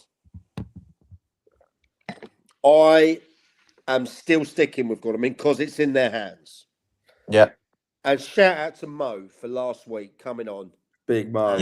Yeah, literally calling in. And the way he spoke, he's so open. He was like, Yeah. No, I mean, do you know what? I'd love if Mo ever organised a charity game, saying I want to play in it. I just want to see what he's like actually in at half time. Do you know what I mean? When he's losing 3-0. Could you imagine him just sitting down having a little cup of tea? No, Mo wouldn't relax. Mo Having a would cup of do that. tea. You man, sitting down there. saying, No, what would happen is the lads would get into the lads would get in the dressing room. Like Mo's gone in 2 minutes before. They walk in and Mo's just on the floor. Soothing candles on, setting the mood. Boys all sitting there thinking, what's going on? And Mo's like, there's nothing to worry about, boys. yeah, It's gonna be 4-3. We're gonna win. Yeah. Don't worry. well, we love that, and that showed the class of the guy. Before we speak about the other guys, I just want to pick on that because we called him out. We said, "Oh, they bottling it," and their gaffer stood up, said, "Get me on that show." Yep. And he was open. But I want more of you lot to do that. Yeah. You know? We do this. What do you mean I don't Fucking play? hell, it took him only an hour and a half to get involved tonight, Stu. You're getting bored of us. You ain't talking about Shoreham anymore. You're getting bored. He's only saying this, right, because we shot a music video Yeah. at Shoreham FC for Frankie and Alan, yeah, right, a Brighton duo, okay, and I said, look, the ego got the better of me, didn't it? I went, oi lads, can I have a little cameo? And they went, yeah. We do that. So they stuck me a kit on, right? I stuck in a Shoreham kit. I tell you what, it was spray on. It was spray. It looked like I was 4, 5, 6 months pregnant. Yeah. And they've told me, so what do you want to do the cameo? So they stuck me out on the pitch. Sorry, before we get off this, right? Stuck me on the pitch. And they said, whilst we're filming, just get the ball and just do some doggies and turns on the line. Right. So I'm thinking, I played a bit. All right, I've treated my body not the greatest in the last thing because I've been on the other side of the pitch these days, right? Anyway, 35 seconds into it, I took my son because he's in the video as well. He's going, Dad, you're right. So I'm going, they got me Blowing out his arse. 2 minutes they got me doing it for. On the sideline, whilst they're shooting this video, I said, I can't do any more, mate. I said, I went into the Shoreham change room, nearly collapsed. Yeah. Luckily for him, he had a pint ready for me. But, I'm worried. When, I don't feel 40, right? I just don't feel it at all at the moment. But when do I start feeling it? When do I start going? Mate, I felt amazing at 40, yeah? Right? I'm ready, mate. I'm ready for the next level. I've gone out on a session yesterday with the boys. Yeah? We've gone pool at the pub. Racing. It's the racing on in Dubai. You know, we love all that. We had a poker tournament as well. And by the way, you won. Of course he did. Go on, Sam. Of course he did. Yeah. I know. I shit you not. It did happen. There's someone watching on this show that knows because he was on the final table. Anyway, right. But this morning I've woke up. All right, I've woke up on the couch, but that's a different. Shock. Yeah, no. That was voluntary. I live in a 3-story house, right? So couldn't get upstairs. I ain't got an elevator in my house. Yeah, that's the problem. You need the elevator, mate. Yeah. So what I'm saying is, after 40, mate, it starts getting a little bit out of control, and you start feeling it. I mean, like, who gets his wife to drive him down a shop to go and buy this little can of King Kangong, okay, just to pick him up? Jesus Christ. Well, you know, Steph, it is beer I'm not allowed to drink, but because it was my birthday, I was allowed. Mike, can we have a quick update on the old Dabs? Well, 6-pack through there, mate. Go on, boy. We've just lost 200 viewers. 15-3. 15-3. From? 16-10.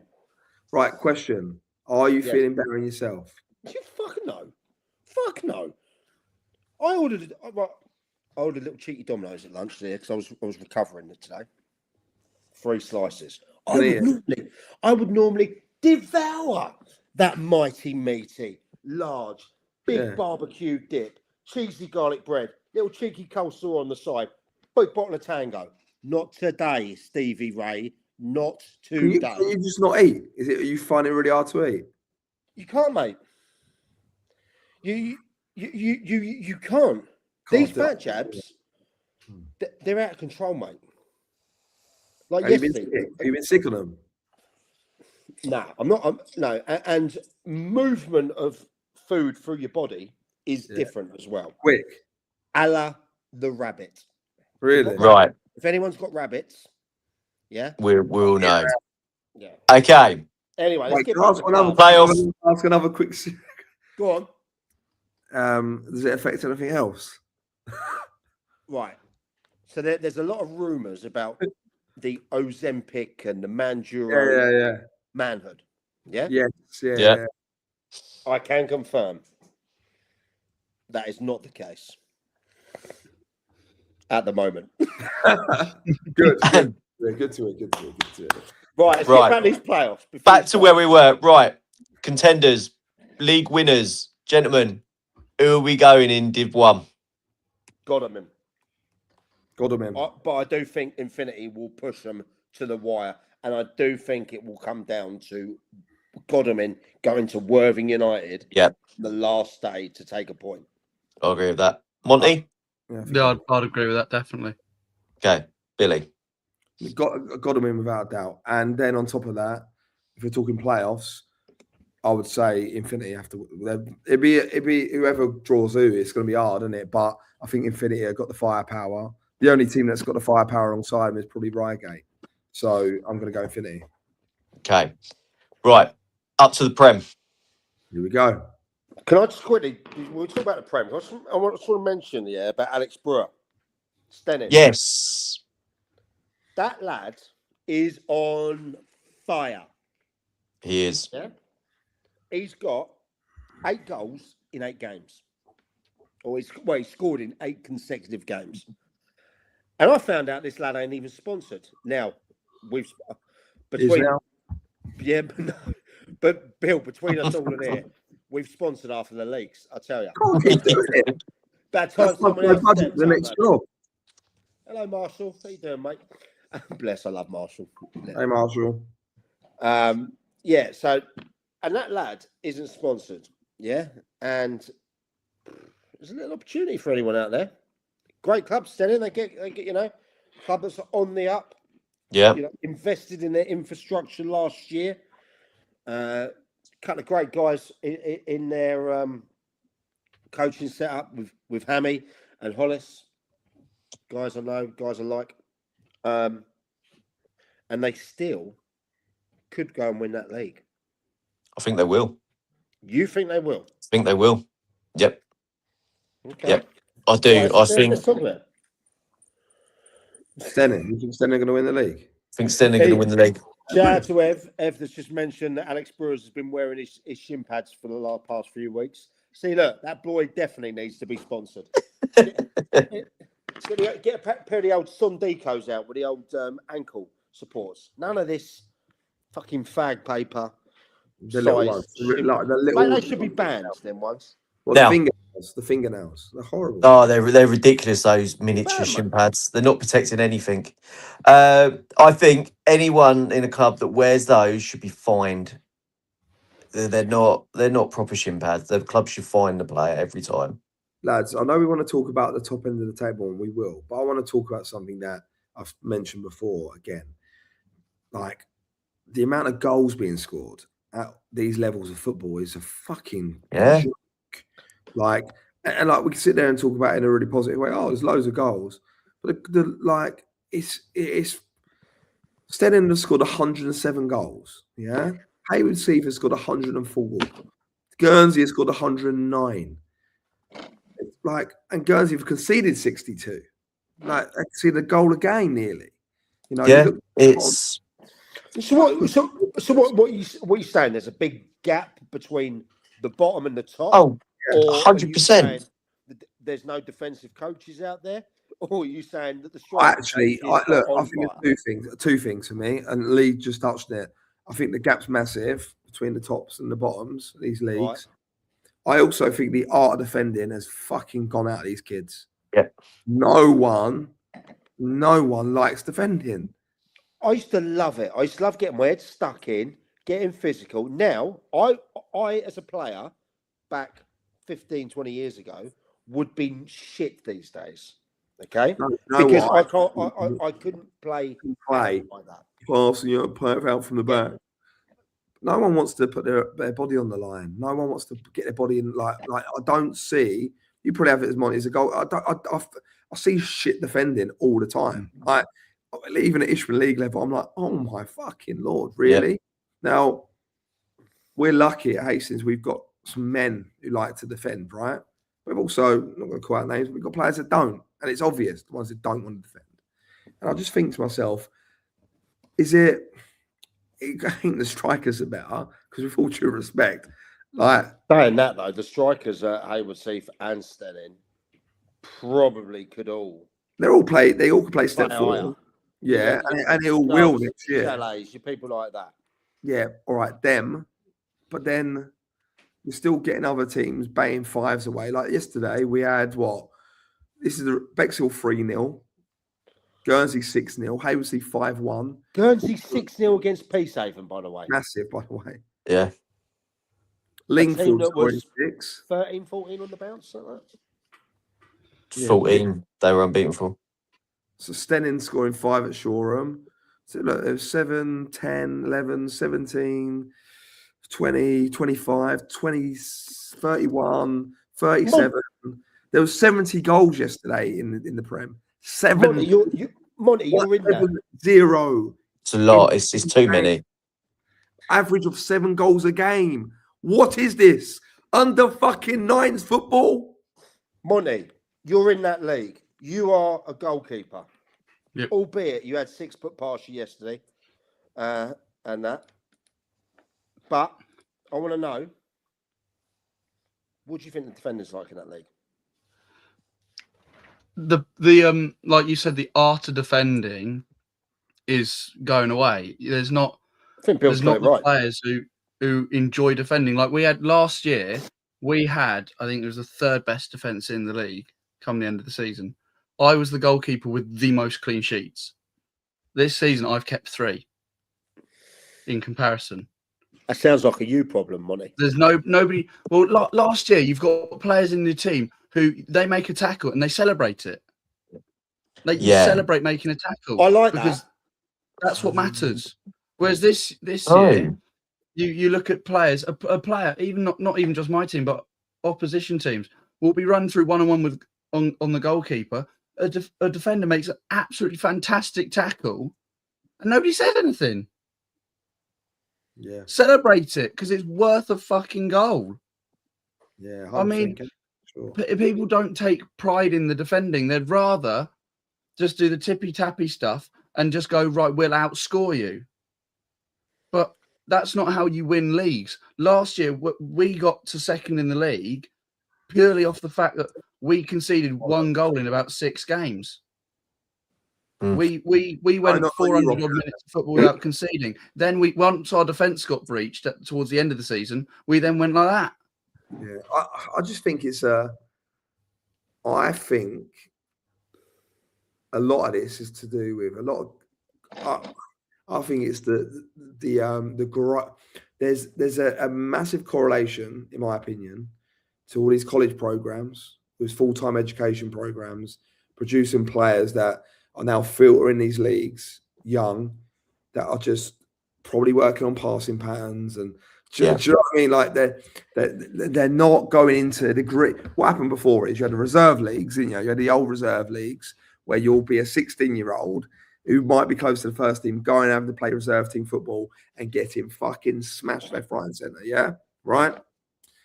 And then you had, for example, like the game changed and it become all like be all precious on the ball, what have you.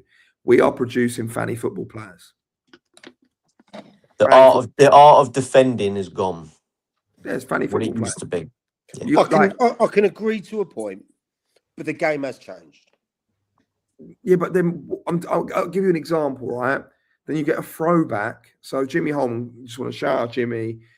He plays for Eastbourne Town now. It's just been called up to the England schoolboys. Hasn't he just scored his first goal? He scored his first goal for them yesterday, this weekend. He just got called up to the England schoolboys college under 18s team as well, which is massive for him. Great achievement. I had him as a 16-year-old upfield last year. Obviously, he's now stepped up 2 leagues, which is great. But the reason I really believed in Jim was, number one, he's got his head screwed on as a kid, right? He wasn't an idiot. A bit of a throwback. He wants to head the ball, wants to tackle. Wants to get involved, does he? He wants to stick his nut where he might get hurt. And I'll put him next to another defender who, by the way, Archie Carey, has the best barnet in football. Beautiful hair. Not like your turkey hair, lad. Yeah, I need turkey soon, mate. I need turkey. Teeth I'm are going right. to go and get my teeth. You get your hair. We'll both go out and we'll go go together. Yeah, we will. So lovely barnet. Like, looked like he couldn't defend, right? But he's probably 29, 30 Arch right now. Speaks pleasantly, right? But you get him on a football pitch, all he wants to do is head and kick it, right? Not the most technical football player, probably not the greatest I've ever had in my team, but so important to the art of defending. I put Archie with Jimmy, and it was a match made in heaven, right? Because Jimmy saw what he did. And Archie was a great talker, helped him through. And that little bit of grounding and just heading the ball back, wanting to every tackle meant something to us, yeah? If you're not having a spell, just fuck the ball into the stands. Don't try and play out all the time. You just got to fuck it off and have a breather, right? Got to be a bit no nonsense. No nonsense means a lot. But I think when players like that come through, they're going up the leagues quicker because fuck me, they've got that element of old school about them. You need it because otherwise we're going to get to a point where games are good. Like on average, in step 5, there was 7 goals a game on Saturday. 7. Right, yeah. Brad. I like that. I think you're right, Brad. You know, I think Cam mentioned earlier. You can't tackle like you can these days, and rightfully so. You know, back when Bill was a spring chicken, and I was a goose. Back in those aim days, mate. Aim days, mate. You know, you could leave one. You could leave one on a striker. Yeah. The striker could leave one on you. Yeah, you can't do that. You know, rightfully so. Okay, the game has changed. Has it changed too much? You know, a couple of seasons ago, we started getting this all play from the back. Yeah, 2 defenders, pass it out there. Now what do we do? Centre circle, centre ball, goes back, keeper, chucks it in there, possession. Yeah. Territory. What's next? You know, it sort of changes in phases, doesn't it? So I think Brad's right, Cam's right, a few of those are right. The art of defending's gone. But let's just go back now to the original point. The contenders. Let's look at this Prem. And I want to quickly give Div 2 a shout out as well. So I've got some mates in there, you know, and they do give me a bit of shit for not always for disrespecting their 7. You know, and I want to walk in the hollowed. Look, we're not disrespecting, but with all due respect, it's intermediate football. Agreed. Right, Prem. Right. I want to know from all of you now. Okay.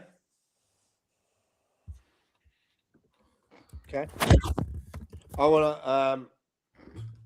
want from you now. Who wins the league? I'm staying with Haywards Heath. Billy. I've got a 6-point jump on you, by the way, so I've won the bet anyway. I got a couple of hundreds to drop to charity if I lose you. Right. I'm not smelling any pussy from you, are you? You know what I mean? You are sticking there, aren't you? Mate, fucking course I am. Remember, I said that documentary was going to cost Haywards Heath, and I still look. I want them to go up because I think Steve and I think behind the scenes they're doing an incredible job there. Well, Stephen Munsey. Yeah, I want Haywards Heath in Isthmian League football. So whether it's the playoffs or winning it, I want them up. I don't want them staying in county football because I think the club's too big to. But I'm going to stick with Stenning because I took them. right? But man, so Bank Holiday Monday, there's Yeah, three. is this April the what is it? 6th. Yeah, it's Yeah. Monday, isn't it? It's not. It's week tomorrow, isn't it? Week tomorrow. Yeah, it's the clash of the Titans, isn't it? Yeah, It's Stenning go to Hayward Heath. In what there'll be no love lost between those fans either, Right. and rightfully so. Rightfully so. Hayward Heath got a dodgy one on Saturday, by the way. Who they got? Little common ways, not always like easy. The Eldridge family. Not easy down there. But hang on, we didn't get Monty and Lee. Who are you saying? Right. Mont, go on, you first, mate. Monty, you are the Hayward Prem Heath. player in it. Hayward Heath will win the league simply because they've got the more favourable running. Because you look at Stenning, they've got to play New Haven, Bexhill, Hayward Heath, Eastbourne United, and Peacehaven still. Cool. Yeah, but New Haven's Peter Bentley, isn't it? Yeah. Yeah, but Alright. that's Is still that another. is that on It's on another Tuesday? game. You're right. It's another Tuesday game. at Shoreham, yeah. Tuesday down at Shoreham. I was gonna Yeah. go and have a look at that. Whereas Yeah, I'm Hayward going to be there. Heath have got Lancing, Little Common, Stenning, Seaford, New Haven, and Eastbourne United. They've got the more favourable fixtures. Okay. So you're going to Hayward Heath. Right. Oh, Jack Monday. Departing Roffey. Good. And we want to mention Roffey about the incoming Yeah. manager, by the way, mate. Good point there. So I'm going If he Stenning. finished second, they won't go up. So I'm going Stenning win it by 6 points. And With 6 Yep. points. I reckon they win it by 6 points. Yeah, What are you smoking on? there'll be 6 clear. He's smoking on the Mike McCaffrey, isn't he? He's smoking Right. on the Right. Oi, Pen, before you go to bed, go and roll me. Right. Mike, We're a Heath losing 6 Mike. points.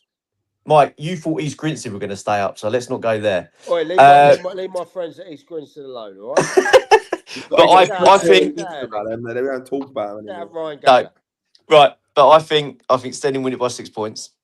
It's Right, I just what I think. You just fucking explain to me your logic, right? Okay, take out the Heath game that they play. So okay, that Stenning go and beat Heath away. Yep. There's 3 points. And I think as Bill said, they're going to struggle against Little Common. You've just jumped on that because Bill said that. No, you didn't even know they were playing them at this one, mate. Yeah. Right. I think they will struggle. I know you created this show, mate, but I think we have to take an executive vote. And get you. No, I still got time. But You're right, Lee. But also remember, they've also got Eastbourne United last game of the season away, and Annie Story and all that can make things really nasty. So could be hard. Oh look, very Giles. last day. And I'm going to say before I go, yeah. So Jackson said it straight away. Jalsey, it's a tough one. It's going to be YM Guernsey playoff final. It's going to be. I don't know, you know. So you're saying now that Stenning are winning the league by 6 points, right? I'm going to get battered for what I said. You're saying Heath ain't even in the. They're in the playoffs, but I think if they get drawn, if they get drawn to Guernsey away, it's not fucking easy to go to. Yeah, but Bill, you're looking at it and you go, as it stands, they'll be at home to Peacehaven and Guernsey will be at home to YM in the playoffs. Yeah. And we all like Liam Giles, and we got a lot of time for what they are. There's my boy. Liam's my boy. Yeah.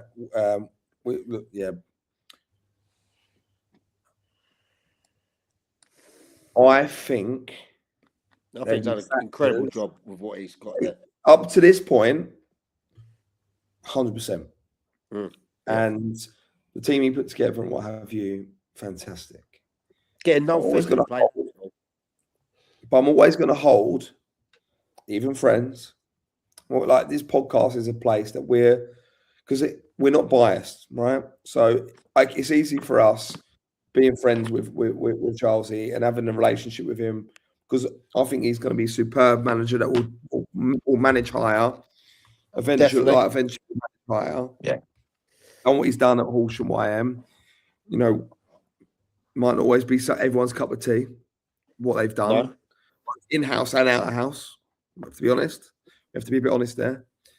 I think there might have been a mistake, and I want him to prove me wrong. I think there might have been a mistake.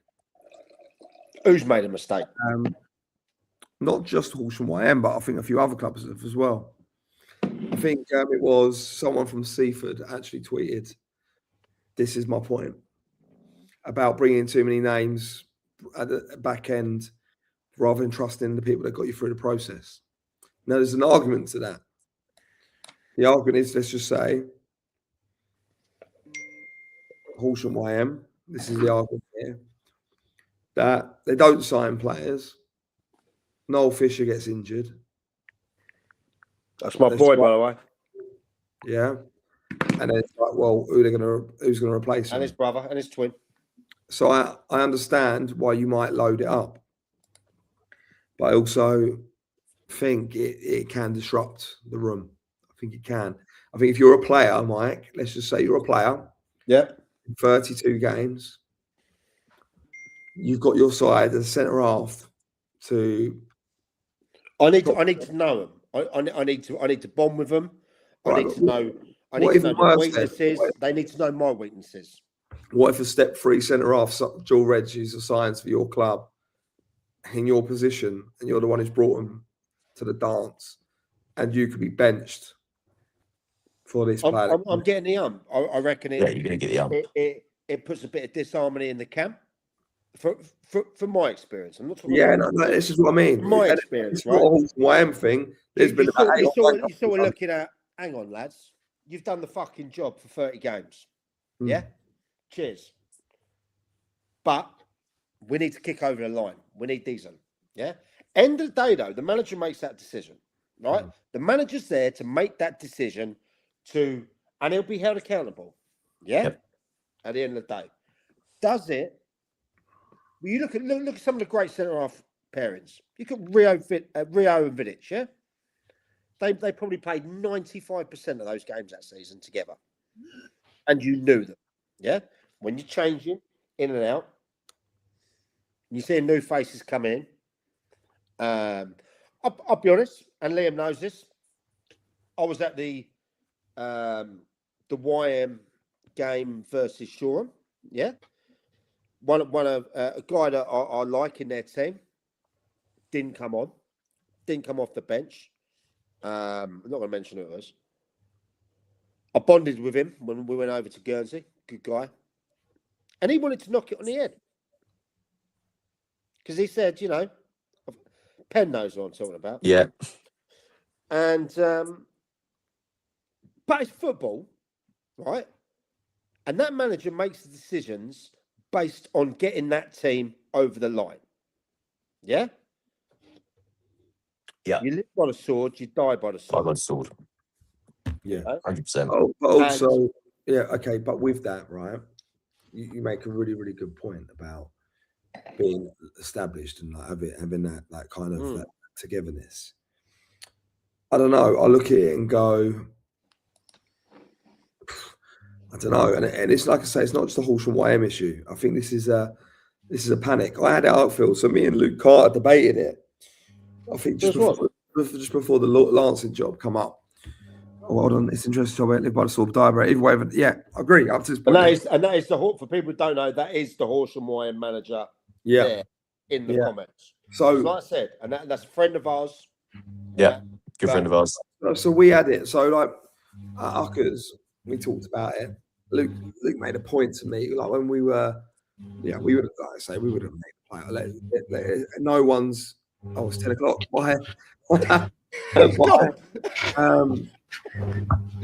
don't think anyone would have debated that Upfield would have made the playoffs if that team stayed how it was, right? And we talked about it. Oh, but what if we get the playoffs? Do you reckon we could get like some of the Hastings lads signed, like a Jack Dixon and blah blah blah? Right? Just like not asking them, but like with relationships, could you go get some of these step 4 players? So we've got them in for the playoffs if we need them. Yeah. Yeah. And I said to Luke, absolutely not. We can, but imagine being Riley Tate, who was my skipper, playing in that position and Jack Dixon stepping in, you sitting on the bench, or Callum Barlow coming in up front for Joe Hassler or Colin Martin at the time, who were bringing us to the dance. Callum Barlow's a player, mate. Yeah, they are. But what my point is, you're the ones who got us there. It wouldn't feel the same if we won it. It's not going to feel the same when it with the geezers coming for 4 games. But then they go up, or they think, how are you looking at it? Even if you go up, then you still got are there players staying with you next year? Have you fucked off the players that are a big part of your DNA? What's the most important then? The harmony in the dressing room or the end of season result?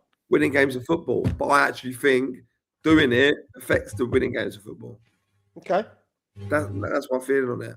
I've told Jolesy this in private conversations. I've gone look, but you've got to be careful. And to be fair, I think he has. But I don't know. There's just something about Mo on the flip side. What did he say to us? I'm not signing anyone. Yeah, that's totally different. Yeah, and he stuck by his sword. Yeah, Mo, I'm not signing anyone. And he made it public as well. He said, "No, mate, the doors. We went into battle with this squad of 20 men, 22 men, and that's how we're finishing it. Yeah, whatever happens, we're leaving with 22 men."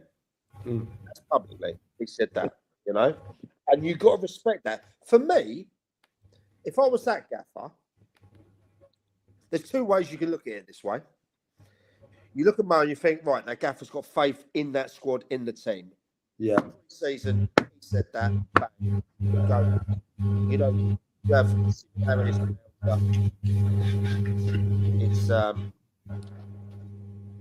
but with the Wyam side, also got that thing where if there's going to be any complacency, lads, you're going to be out the door, or you ain't going to start.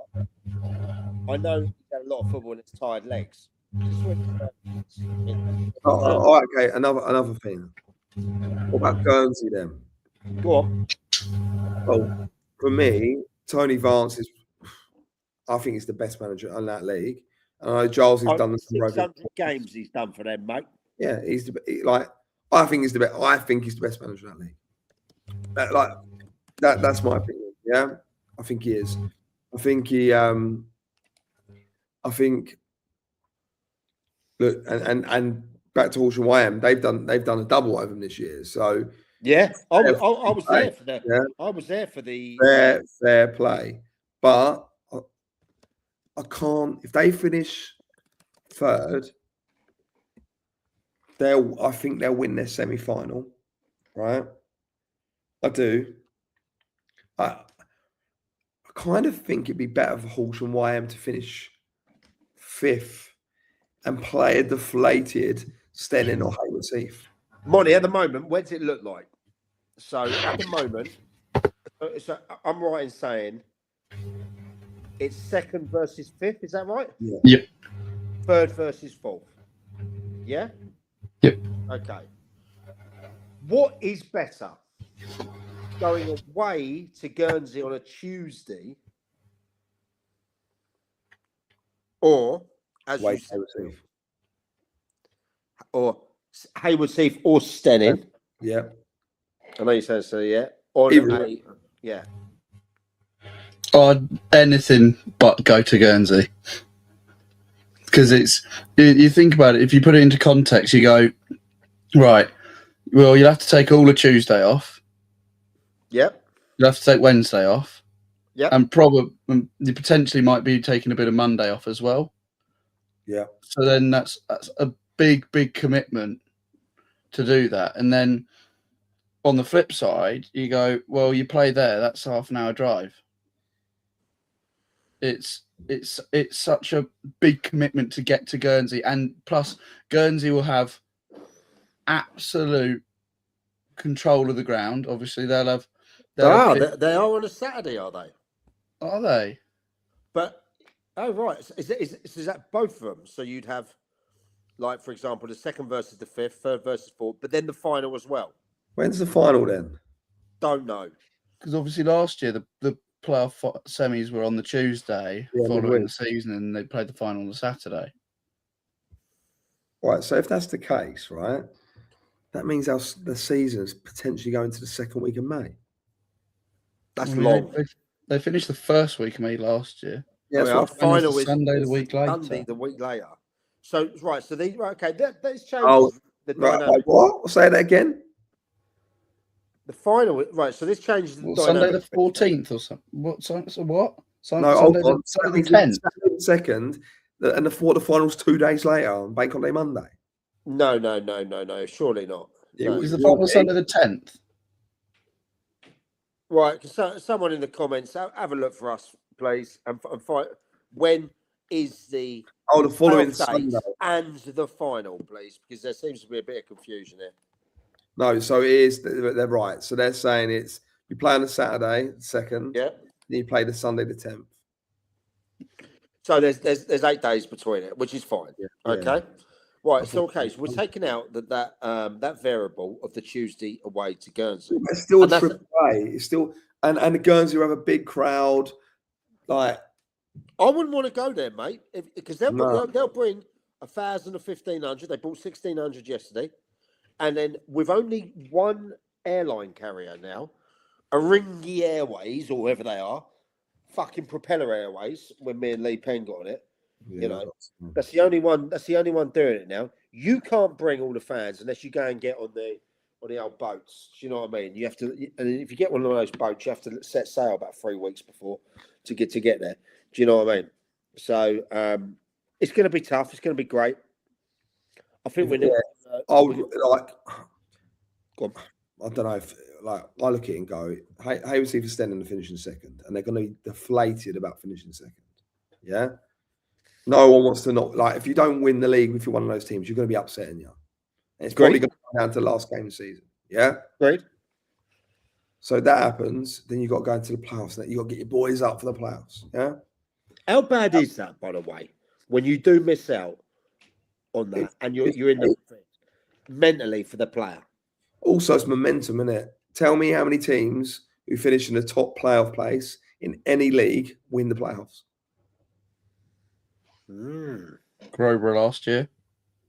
Grover, yeah, but they also were on. Were you on the show, Monty? Good knowledge. They were on a good momentum, weren't they? Didn't they win the I don't know if it was the Peter Bentley or RUR. They won that. Forest Row as well last year. Both last year. So both last year, but before that, be good to know. 23-24 Division 1 was won by the team in 4th place, which were Wick. Hassocks. Well, I don't know. Hassocks won the league, didn't they? 23-24 Premier Division was won by the team in 2nd as well. Yeah, that was Eastbourne Town, and they had a massive run up to 2nd, though, didn't they? Does it ever get tactical, Bill? And then, if you're down to a couple of games, and these lads know that they're getting playoffs, because I think we're near enough certain we know at least 4 or 5 of the playoff teams are. Yeah, yeah, we know. Yeah. Does it then get a little bit? I'm not talking about anything untoward here, right? What I'm saying is, are those managers in that top 6 positions looking at and thinking, right, do we need to be finishing 3rd? Do we need to be finishing this? Well, what you want to do is you want to finish 2nd or 3rd for home advantage, don't you? Number 1, right? Yeah, 100%. Then if you then you've got to look at it, if you're the 4th and 5th team, and they're all close, you look at it and you go, right, who do I want to play? Do I want to play Hayward Heath Stenning? Do I want to play Guernsey? That must go through the gaffer's mind. As it stands, yeah. Mm. You know, but then Horsham YM are only 1 point behind, but obviously Guernsey do have a game in hand. Yeah. I think with Horsham, probably they want to finish 3rd for home advantage. And then it don't matter who they play, Peacehaven or Guernsey, they'll be up for it. Guernsey. Peacehaven are no mugs, mate. I know they got a tonk in yesterday, but they've been on a fucking run. I know. You know what I mean? One of the best goal, one of the best defense. They conceded 6 yesterday. Before that, they were the 2nd best defense in the league. With one of the nicest stadiums around as well at the moment. It really is nice. I don't like their dugouts though. Too far away, aren't they? Mate, fucking different postcodes. Yeah, they are.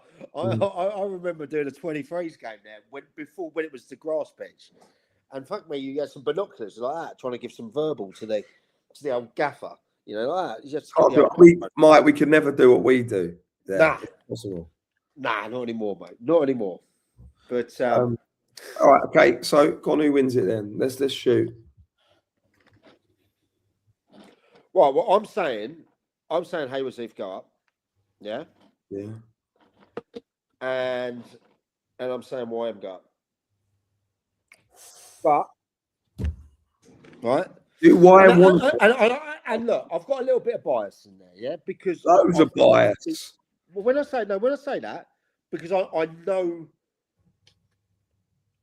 know the attitude of some of those players in there, right? No disrespect to Peacehaven, no disrespect to Stenning, no disrespect to Guernsey, because I've been out there, yeah, and I think Guernsey have got the best setup in the league, by the way, stadium-wise, yeah. I just think it might be a gift and a curse for YM though, because if they go up, I think they'll struggle going up. I don't think the club's equipped for it. That's what I mean. Yeah, that's what I mean. I mean, it could be a face where they're a victim of their own success. Okay. Good shout. No one's going to want to. I agree with Stuart. I think Guernsey. I'd agree with that. No one's going to. No one's going to. Peacehaven have proven. You know, obviously they had a dip yesterday. But Peacehaven have proven they go out there and beat them all. You know. Oh, look, it's cracking for us to debate it. Yeah. I want Horsham to win because of friendship, right? Yeah. But I think Guernsey win it. I just do. I think. I know. Lee wants Stenning. As Lee says, Stenning wins it. Guernsey go up. I think Guernsey are going to be. I just think they're the most consistent team. I do like. And that sounds really fucking basic, but they're, you know, it is what it is, isn't it? It's Guernsey. I think I have to back Stenning based on our thing, but they've paid good dividends for me. So, yeah. Right, one more question. Go on then. And it's been sent in on the hotline. And by the way, everyone that's listening to this now, because obviously you've got nothing better to do on a Sunday. You're sitting in bed, you know, you don't want to listen to the wife moan about she's going back to work tomorrow and all that lot. And, you know, you can't deal with the fact that you got to go back to work tomorrow as well. Yeah. Thank you for everyone that has supported this talk show, podcast, and that. We're not everyone. Well, you know, we are a talk show. That's what we are. We are a talk show. We're a talk show. We're not everyone's cup of tea. Why? Because we give an opinion. Yeah. No one has to agree with the opinion, but we get people talking. Tonight, we have had some near record numbers across the platforms. We're pushing nearly 2,000 watching live.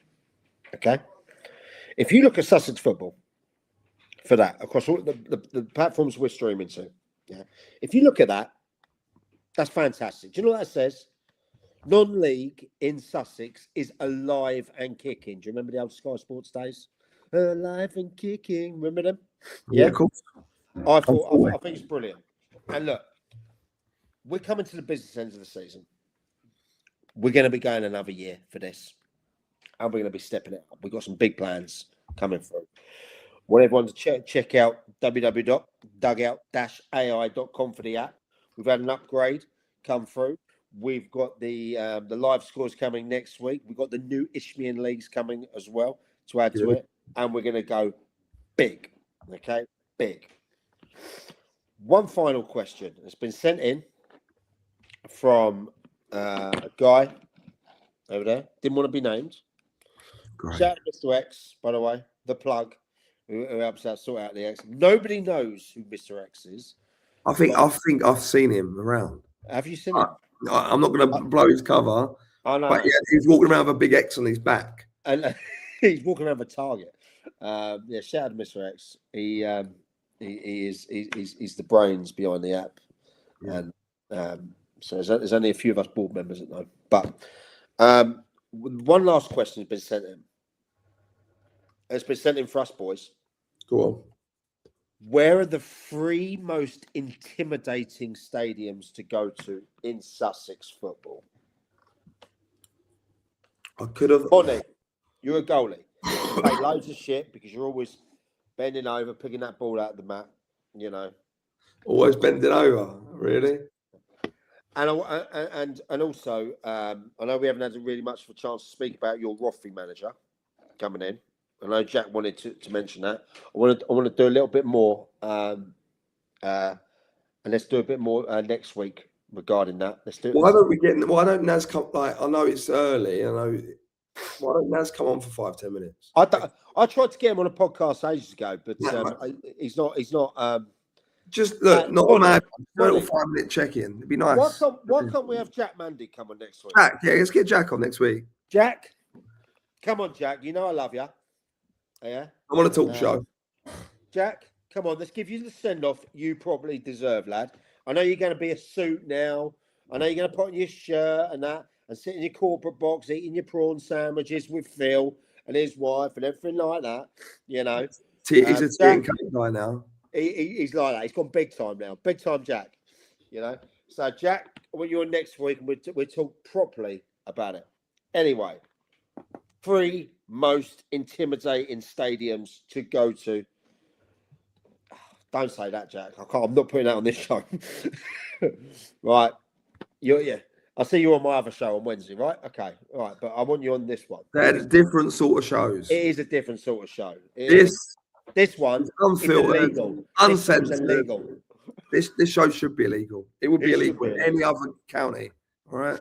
Right, Monday, make it happen. Right, top 3 most intimidating grounds. Monty, you're a goalkeeper. You get loads of shit all the time. Where is it? Before we wrap this up, and then everyone else can go. Because Bill, I see you been yawning a bit, mate. It's because you've been moboing it with Pharrell, haven't you? Oh, I can't speak. I know, mate. I need to get my voice back. It's doing my nutting. But right, yeah, Bonnie, come on, top 3. I've got 3 already ready. So, top 3. From my experience, Guernsey's up there because it's you're going to get a crowd there. You know it's going to be not very nice. Another one was Deal. These aren't clubs. No, but I'm just saying from my experience. I'll do something. Do yours. Yeah, I'll do something. Money's just changed number the one, narrative. Billy, He's gone national. Go on. Billy, you'll like this one. Hastings. 100%. I've played at Hastings 3 times, won twice. I mean, it was a place where I'd get the fixtures out and go Hastings away, and I'd go right. That's going to be horrible. Yeah. The first time playing there, we went there. I was at YM under 18s, and we were given it was the middle of November, so it's pissing it down with rain, freezing cold. We go there, lose 2-0. It was the worst night of the season. It was horrible. And then 4 of our lads got food poisoning on the way home. That's right. We do serve out a shit bit of pasta, but thank you to everyone. By the way, we see record numbers this week. Thank you. Okay, for me. Well done. For me, right? Listen. Right, go on. Have you yours? Right, have you got your 3? Come on. I've got my 3. What was it like in the 70s? Come on. It was fucking 70. I'm born 82, mate. Fucking born 82. Right. Can we give a mention? No, before you give your 3, can we give a little mention to the place that we share in common? That could be intimidating at times for away teams. Where? Our place, Amaring. Amaring? Decoy Drive? Yeah. No one wanted to go to Decoy Drive.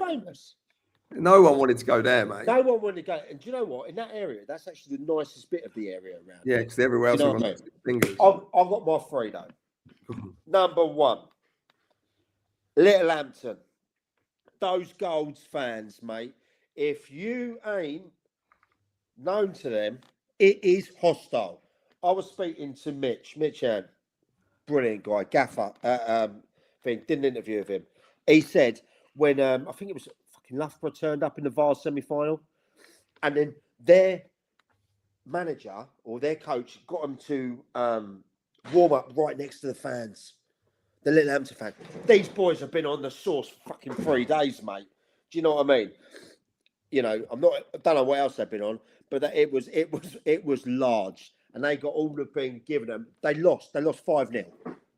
Yeah, that's number one. Second one, over that neck of the woods, the Lions Den. My friends over at Pagham.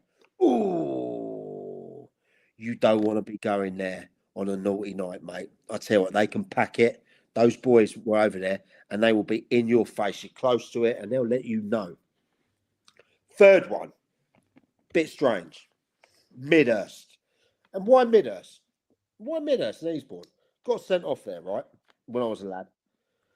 If you've been to Midhurst and Eastbourne, you walk all the way down. It's like playing fucking cricket at Lord's, mate.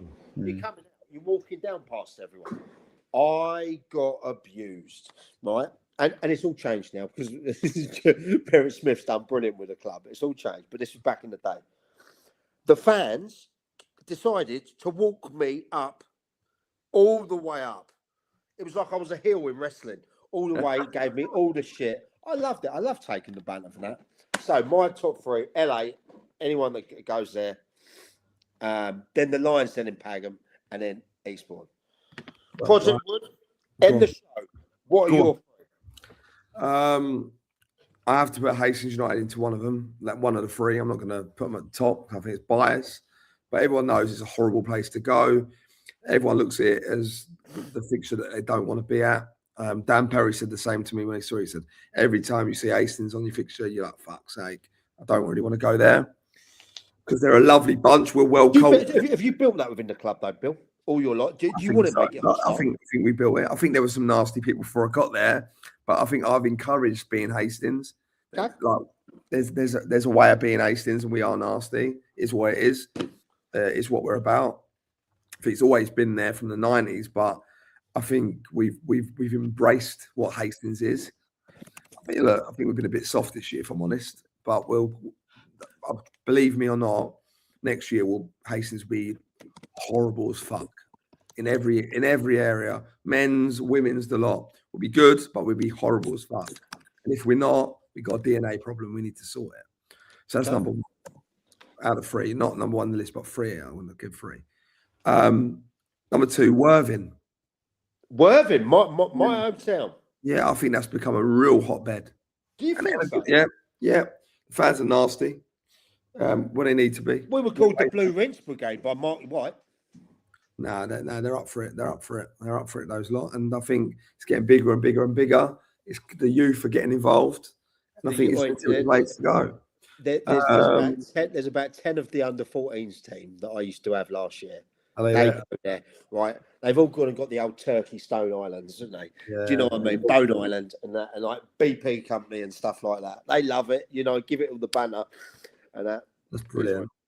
And a last one, actually, maybe because it was a bit of a derby and they were at me, even though we won. I found Seaford a little bit intimidating at times. The old Crouch. Yeah. The darts pony. I didn't find it like. When I say intimidated, I wasn't intimidated by it, but fuck me, I was getting pelters from the crowd. They're right on you, aren't they? Right on. They're literally behind the old box, aren't they? Right. When you're winning, it's nice to get pelters because you can just give a little cheeky smile, and everyone hates when I smile. It's not the reaction they want. And then it's a bit of a walk. It's a bit of a walk off. Do you know what I mean? So, they're my three. Love that. Right, guys. Obviously, Penn's been in bed. When he wakes up tomorrow, I'm going to tell him the great news of the support you guys have given us. Look, we're going to be really pushing on now. The time is coming. We're going to be moving streaming platforms as well. So we'll be streaming to new places. We're doing some more software. We're making upgrades into the thing because look, we started this. This all started when Lee Penn was so boring when he comes out on a night out when we were in Guernsey, when Horsham playing away. He wouldn't even come to the club, so he had to be in bed by 10. That's where it came from. Then he said, anyone want to join him? Because me and him were going to do a live. Then the project, Billy Wood. Some would say the voice of Sussex football. Some would say the most controversial Marmite guy out there.